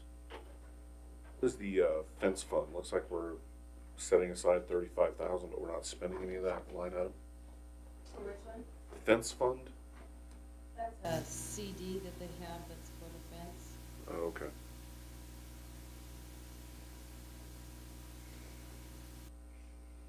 So it keeps earning interest separately for that. Kind of acts like one of the reserve funds then, the MERF for the reserve.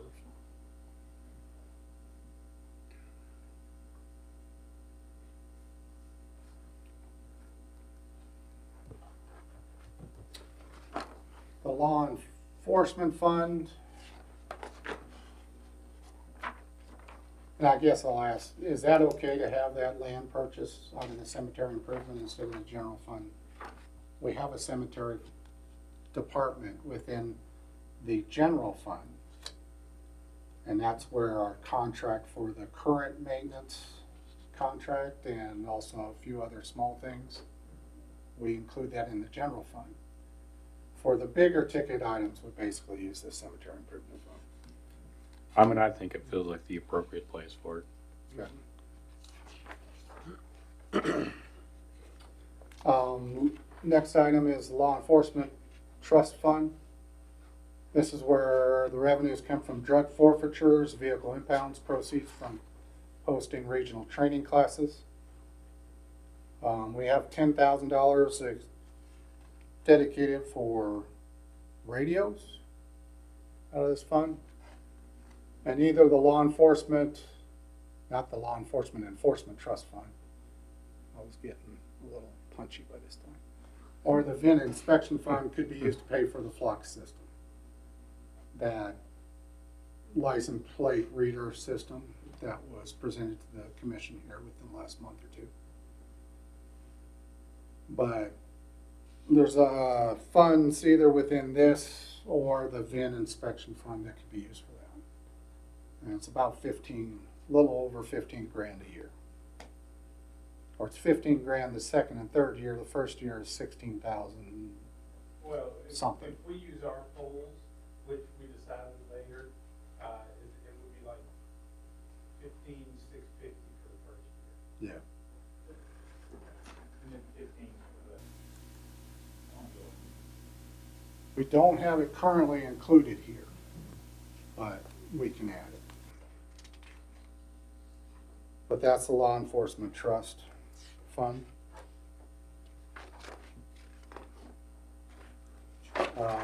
Another part of the deals is the municipal court diversion fund, and I don't know if I put that before or after this, Josh. But the fees collected have decreased in the municipal court diversion fund, and basically pay for a printer and some police equipment out of that. Or a software thing that, for the police. And then, the VIN inspection, which is not in the book in the same place, but it's somewhere there, it's not important. It's in the back of the other budget, they're all alphabetical. There you go. It's at the very end of that little section. We get paid a fee for VIN inspection per an agreement with the state of Kansas. Now the funds are entirely for city use. And we get a little bit of training and supplies on a small portion for ammo and police equipment. It's not a huge amount, but it's something. It's about 10,000 a year. So there you go. The SURF and MRF depends on other decisions, so we don't, as we've described it, and I hope you like what we did this year, putting each set of SURF transfers and MRF transfers within each department so you can see the connection. Yeah.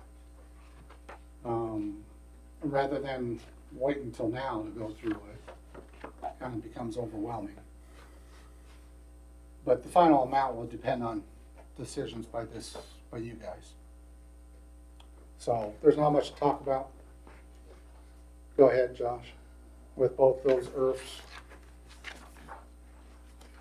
And then the GERF, I didn't even change it for this year. We are going to have an additional amount out of the grant improvement reserve fund for the base grant. But not for the cost share grant, correct, Mary? The base grant. Just the base grant. Okay. So that's, takes care of that fund. The special highway fund is the gasoline tax according to the Kansas statute 79-3425. It's our main source to chip and seal streets in Goodland. This year we'll use that we generate there as our match in 24 for the cost share grant for Caldwell project. It's approximately $551,000. We're hoping it'll be less because EBH estimated at the higher level. 100,000 of which is city money, 400,000 is KDOT. So the remainder is additional expenses. So that's the main thing on special highways, just the Caldwell project. So we won't have chip and sealing to any major degree next year. Special Parks Fund is a liquor tax according to Kansas statute 79-41A04. It's half to the general fund, half to the special parks. We get about $7,000 per year. Park improvements, we used it to do the sprinkler system at Phillips Park. We've had a couple other requests that will be forthcoming, but we don't budget hardly anything in the general fund as far as anything for equipment in the parks. But this only generates about $7,000 per year. We have about $15,000 in expenditures just because most of the time, if there's any sort of project, it takes 10 to 15 to actually do it. So you usually save it for 2 or 3 years, 4 years, and then you spend it. So, go ahead, Josh. The ARPA project fund, it's non-budgeted. We have no new revenues coming in. We got the amount that we have. Eligible, really the only things that qualify for us is water and sewer projects. Needs to be obligated by the end of 24 and spent by the end of 26. We sandblasted and painted the sewer treatment clarifier, and we'll have other water and sewer projects. The lining is one project that's helping pay for it, being paid for from ARPA funds. So that's what we have with ARPA. Okay, now the general fund. Are you guys okay? You need a pause?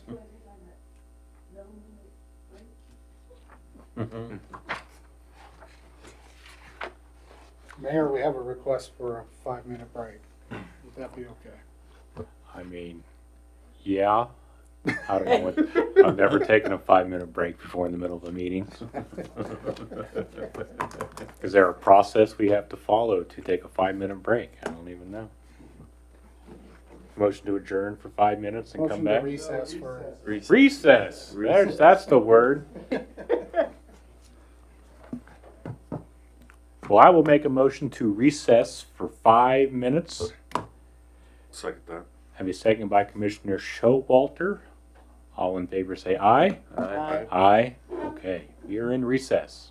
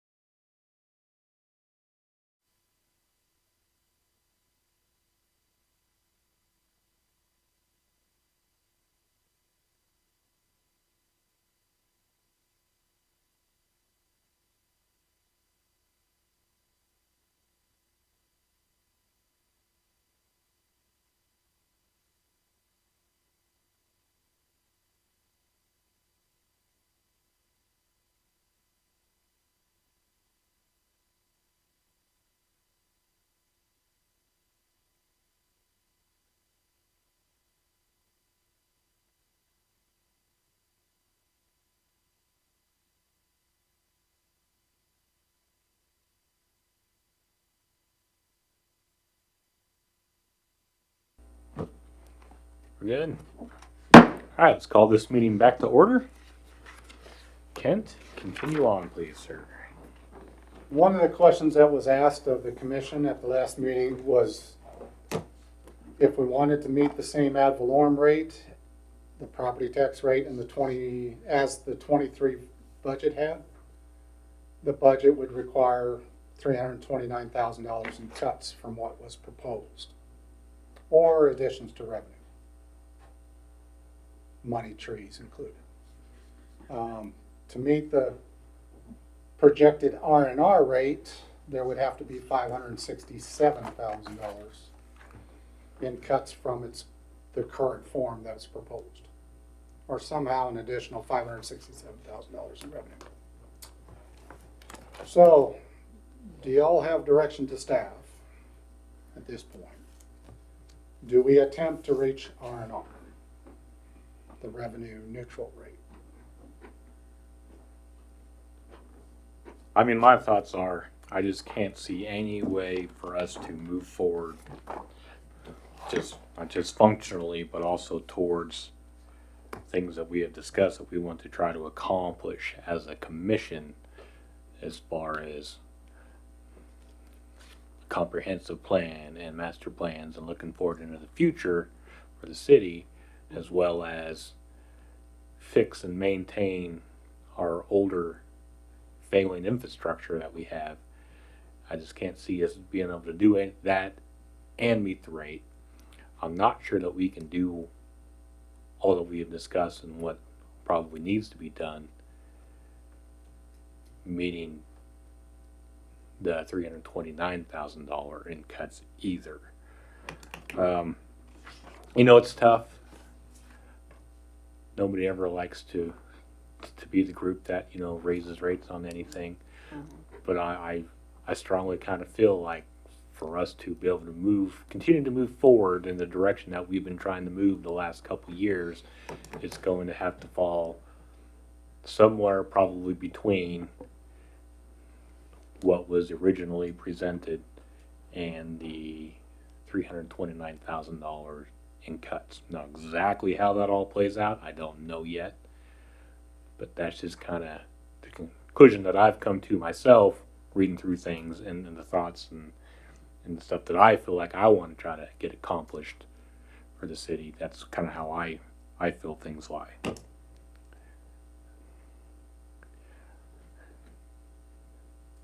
I will take rebuke or rebuttal from anybody. No, that was kind of the same line of thinking that I was having as well, that there's no way we can do the things that we have set out as our goals in order, if we try to make that cut. And, we're almost going backwards if we try to cut that much out of what we have. Now, that's not to say that there aren't some things that I see in here that we can't try to pull that number down a little bit, but I think it would be irresponsible of us to try to meet the R&R this year. I think we need to find the places that make sense to cut, the stuff that, is within there's some things on this spreadsheet that make sense. But there's no way we can cut that much out of this.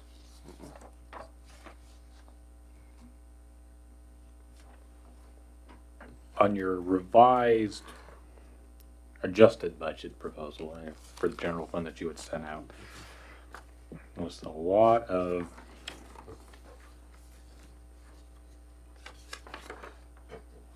the reduced numbers were, I should have been more prepared before I spoke.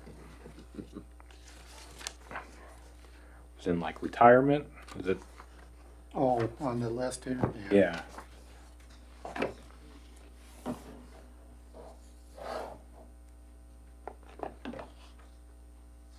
Maybe I'm looking at my wrong stack here.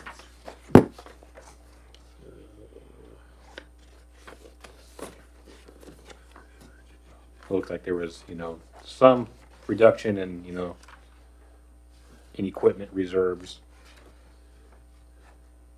Some, and then there was also quite a bit. I would have said retirement.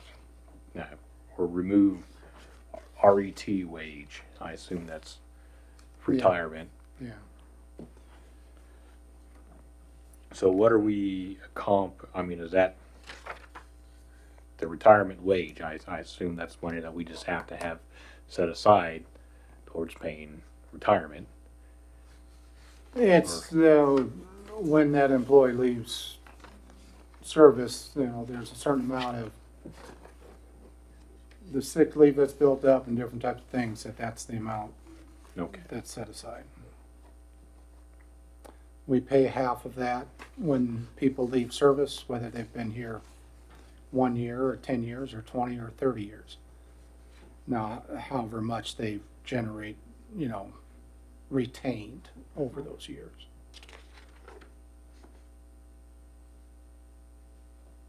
And is the hopes in making those cuts on this budget that we will have less people leaving anytime soon?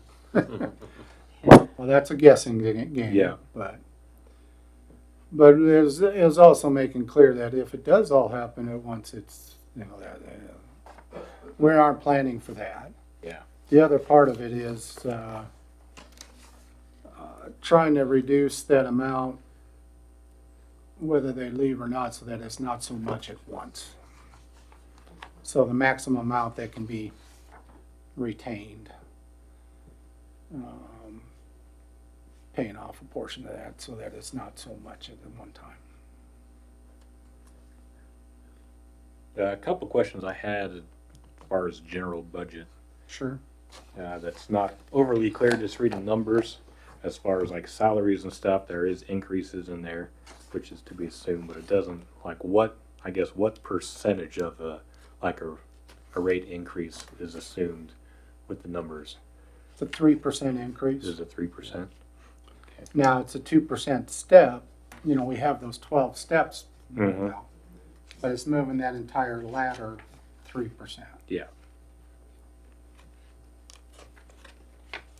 And then what about health insurance? Where does that overall number sit compared to this last year? 8%? I put 8%. 8% increase in health insurance costs.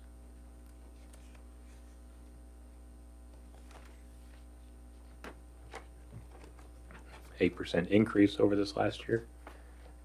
Because I feel like that's something that we've kind of gotten lucky with last few years as far as the rates have not been as high as we've been expecting as far as those rates are.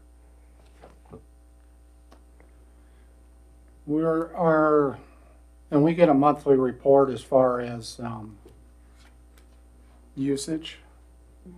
And first half of the year, we've stayed, actually, we're on the plus side.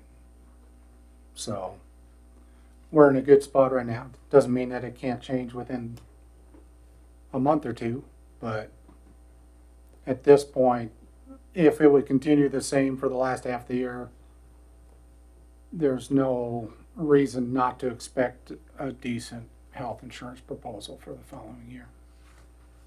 And since ours is from March to February, I guess we're not quite half yet, but Yeah, it always falls at the worst time to try to guess what it is when you're doing budget. It'd be nice. Sure, we've been asked if we can move that 6 months.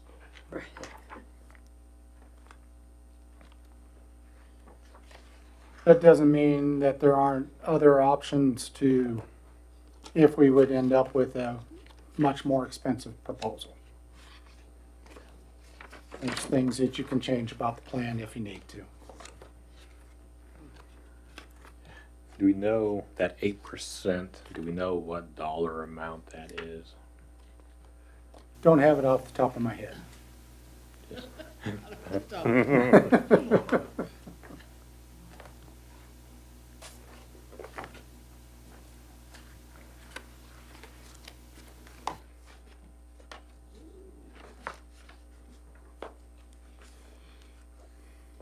When do we need to know for sure about R&R? Next meeting, because it's due, July 20th, wasn't yep, the end of that week. And at that point, I can never remember, do we have to have a number in mind?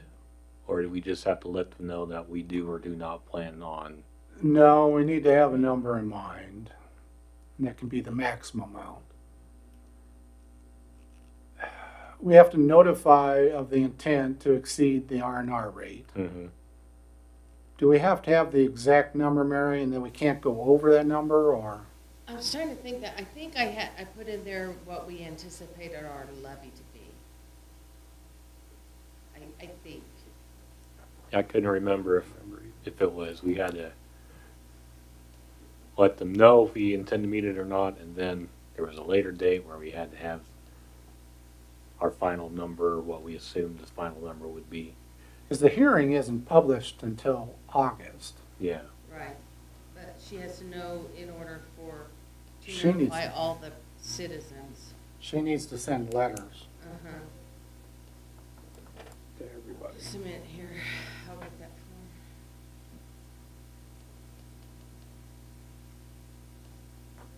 Sorry, I'm using it without a mouse and I don't like it. Well, we're not buying you a mouse. That's what Josh said too.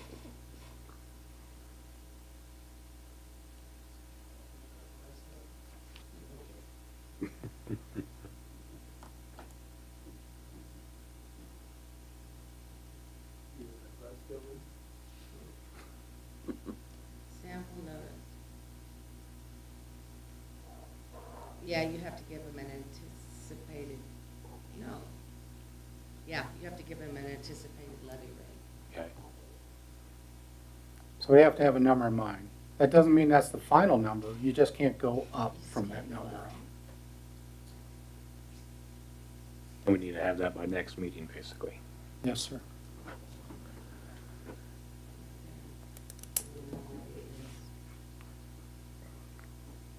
Well, what's everyone's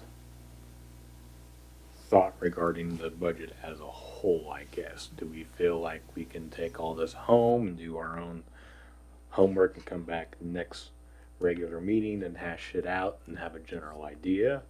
Do we want to try to squeeze in a special budgetary meeting sometime in the next 2 weeks where we just strictly focus on budget stuff and try to get figured out before the next meeting? I would prefer the get together.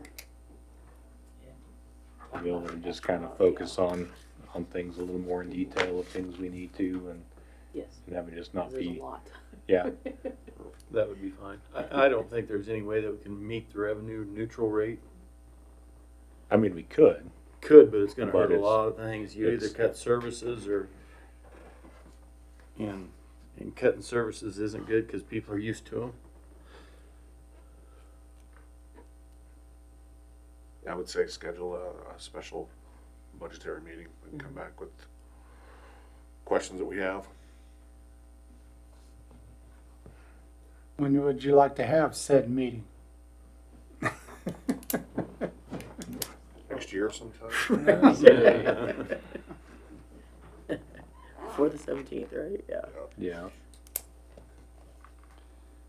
Would next Monday be okay? Do we have anything else next Monday?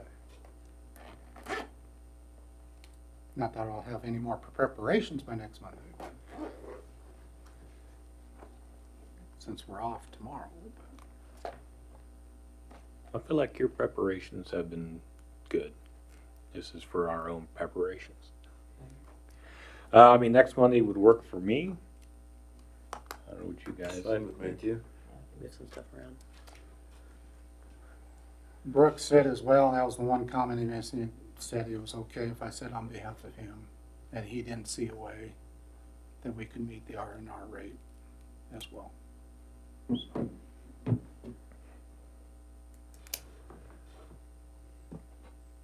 I mean, that's one part of the answer staff needs now.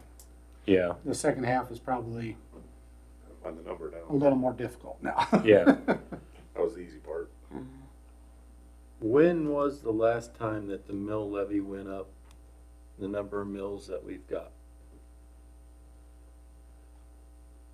We'll have to look that up. We can send it to you and also have it at the next meeting. Well, but is that a fair question, I guess is what I'm asking with the R&R? Right. Because but- right now, we're below what we were, Right. because we stayed at 50 for a number of years.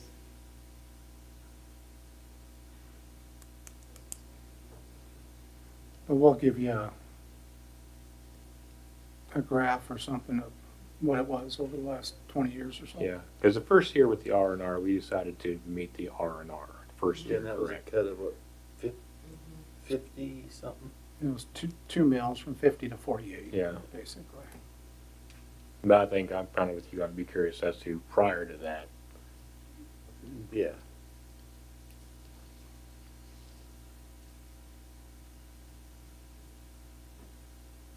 When the last time it went up, Yes. okay. Or maybe just like, I don't know, how easy it is to look those up, just like what it's been for the last 10 years, or, you know, it can be something pretty simple, I think. I think we're just curious as to where the, It's been for the last lot of years, it's been right at the 50 mark. 50, you might have gone up to 50.8 or 51.3, but it's right there. yeah. And that's tough to judge too, because it's just based on valuation Right, yep. as well. So, you know, the same number is different Mm-hmm. all the Because time. right now, Yeah. that was based on tax lit, this is based on your, Well, and there was, I don't know, 5 to 10 years there where the valuation didn't move hardly at all. Yeah. So. Go ahead, Josh, with, do want to show you a couple other quote, well, that's how we got to where we were.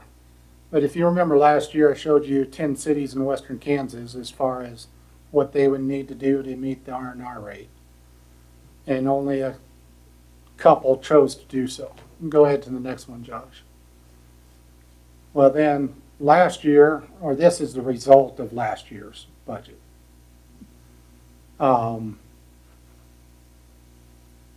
And then go ahead to the next one, Josh, it shows it easier.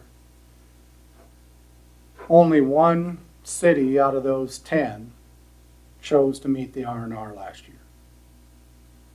And it's, you know, that's out at Colby, Dodge Garden, Great Bend, Hayes, Hugoton, Liberal, Pratt, Russell, and Ulysses. And Ulysses chose to meet it. Now, did they meet the last year's rate? There was 6 of the 10 chose to. Well, and then I did another set with the cities very similar sized to Goodland. Cities from 64th to 74th in population in the state. So it includes those cities listed there: Baldwin City, Concordia, Wamego, Edwardsville, Russell, Rose Hill, Osawatomie, Fairway, Scott City, and Clay Center. And that's all their different levies. I'll go ahead to the next one, Josh. And 8 out of the 11, including Goodlands, or 7 out of 10, met last year's rate, but only 1 met the R&R. And that was Concordia, and they just had a hop, skip, and jump to meet the R&R rate. They were at 57. I mean, it was in the hundreds and thousands of places. It's like 297 to 285. So they had less than 0.2 of a mil in order to meet the R&R rate. So they met it, but everybody else did not out of those. And those are cities, obviously, you know, from an urban setting, Fairways in Kansas City area to Scott City, obviously, and most of the other towns. They're in rural settings just like us, and about the same population, so they would have the same, somewhat the same issues as we do. So, just thought that would, another kernel of information regarding that deal. And Osawatomie went way up, Yes, they did. but they may have some issues or something going on, so. But you notice as far as our rate as well, there's a wide variety there in different rates. Some of those towns are richer, some of them are much poorer than Goodland. So, Yeah, and then again, this is also just one piece of the puzzle of it you know, is. where their funding is coming from. It's always hard to gauge exactly what that means for that community, you know. It is, and it goes back to what we were talking about at the beginning. You know, we get sales taxes, property taxes, and utility fees to help fund the general fund. Those are the three main legs, and that's what every community has to, what works best for them. With the R&R, they just focus so much on the property tax rate, and it's just like, I don't know.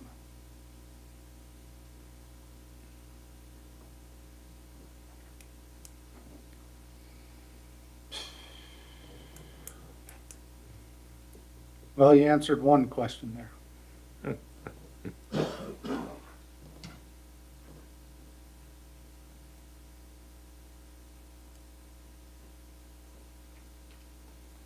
Is there any other pieces of information you guys would like to know before next meeting? I mean, I think if anybody comes up with anything, if they just shoot you a message or something with, you know, plenty of time to get what they're requesting, I think that would be okay. Not like Monday afternoon. Probably not be the best time to ask for additional information, but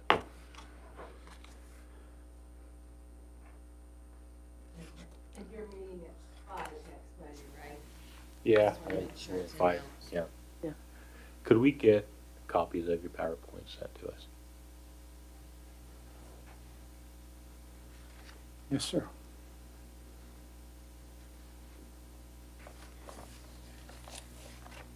Did I send the prior PowerPoint to you guys?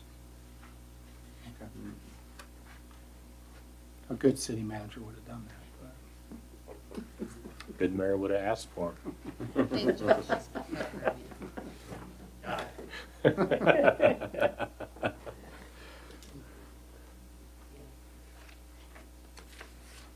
Okay, so more homework. Keep digging through it and coming up with questions, concerns, and ideas, and we'll try to hash as much of it out as we can on Monday.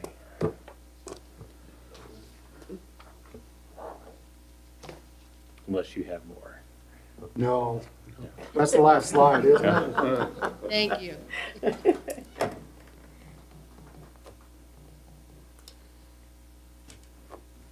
Yeah, feedback from the audience is not good. Okay, well, let's move on to reports then. Start with our city manager, Kent. Haven't heard from you all night. It's about time, I guess.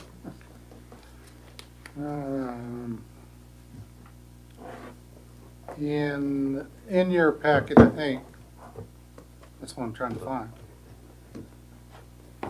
is the dividend check from EMC. And we ended up with $38,000 check from EMC. Glad we got something. I'll just be grateful, I won't say anything. Yeah. We are very appreciative we got that. Appreciate we got the dividend check. I have had a question come up. I think this might take a little bit. I need roadway lease. Can we save that for? What was the other thing? Already said that.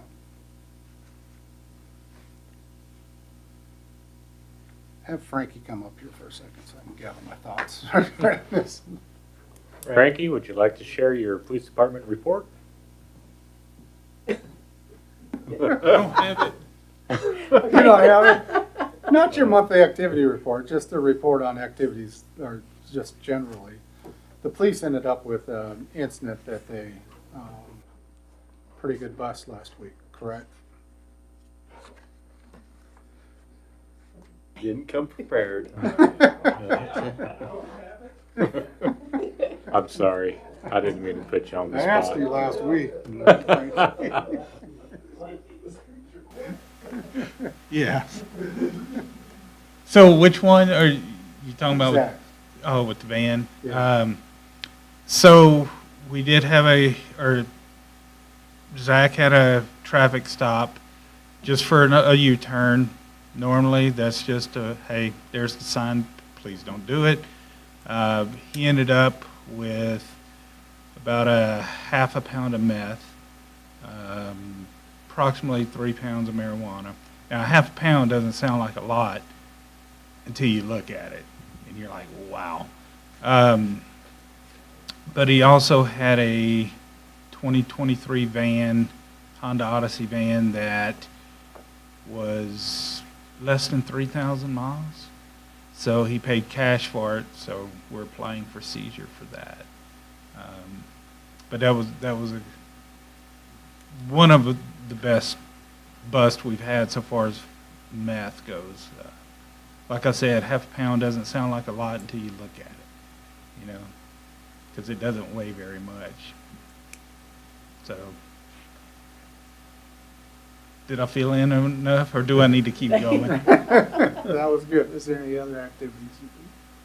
You don't have to. Kudos to Zach for doing that. But half a pound of meth is a lot of meth.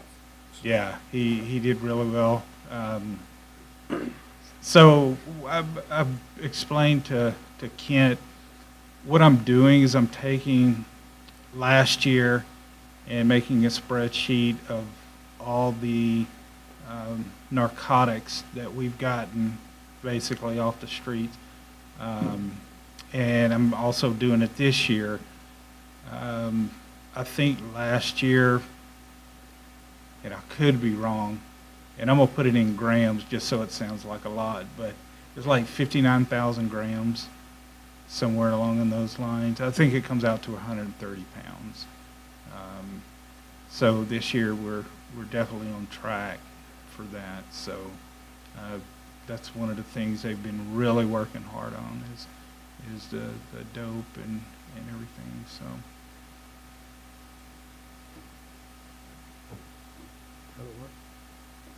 Okay. Thanks. Thank you. Okay.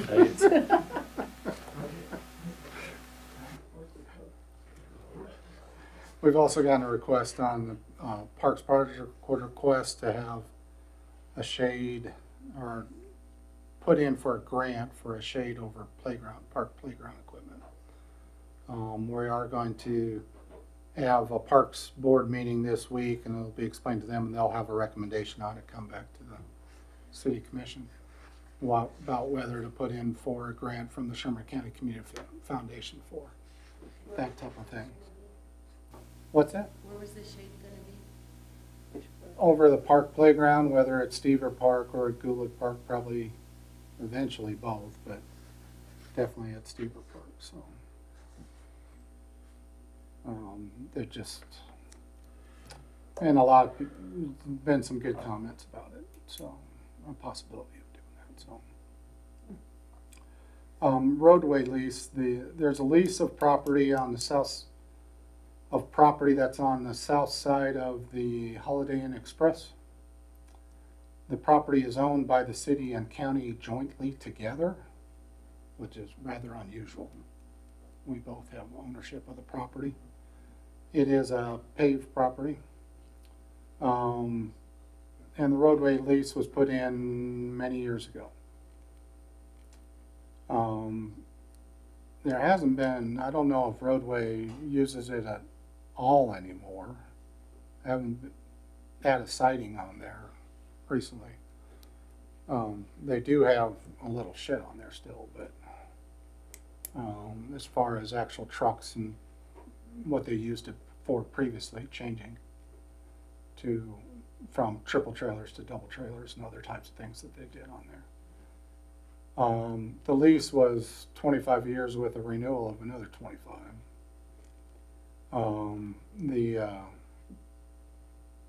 But the college has gotten received some received some grant money for a CDL program. And they would like to know if they could, participate or be able to use that property. Talked with the attorney about what we can do about the lease currently with Roadway. So I wanted you make you aware of it, make it a little bit public. It'd be a good property and it's close to the interstate for a CDL training program that could be used. And if you guys would have any initial thoughts regarding that, is that worth looking into or not? And Jake had said that he had he'd actually prepared a memo. He was looking for it, and he's not here this evening. That was given to the commission several years ago. It was back when he was not city attorney. He was, his partner, Jerry, obviously, was the city attorney, but he prepared the document regarding the roadway lease, and he was looking for that.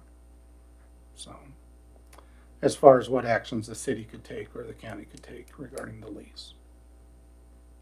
So, Yes, initial thoughts are, it's silly that we both own the property, and if we can work through the lease with Roadway, it'd be nice if we can come to terms with one or the other entity having sole ownership of the property.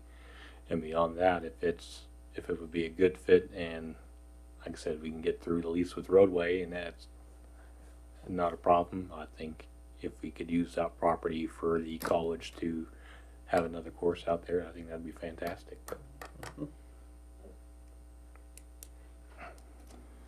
So we're looking into it, or at least getting the information what it would take. There seemed to be some parameters that was going to make it awful difficult regarding the lease, and we're just going to be taking another look at that and see if those parameters are still as difficult as originally seen. So, and they wouldn't need to, they'd be able to use the property as is and have classroom obviously back at the college, or at most set up a temporary classroom out there for now if they need to. So that was some of the information communicated from the college. So Okay. also included in your books, and I think I said that during the budget, as far as the fire hydrant information in the agenda packet.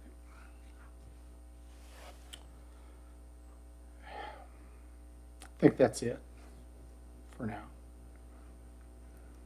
Anybody have any additional questions or comments for our city manager? Okay. Thank you, Kent. Sure.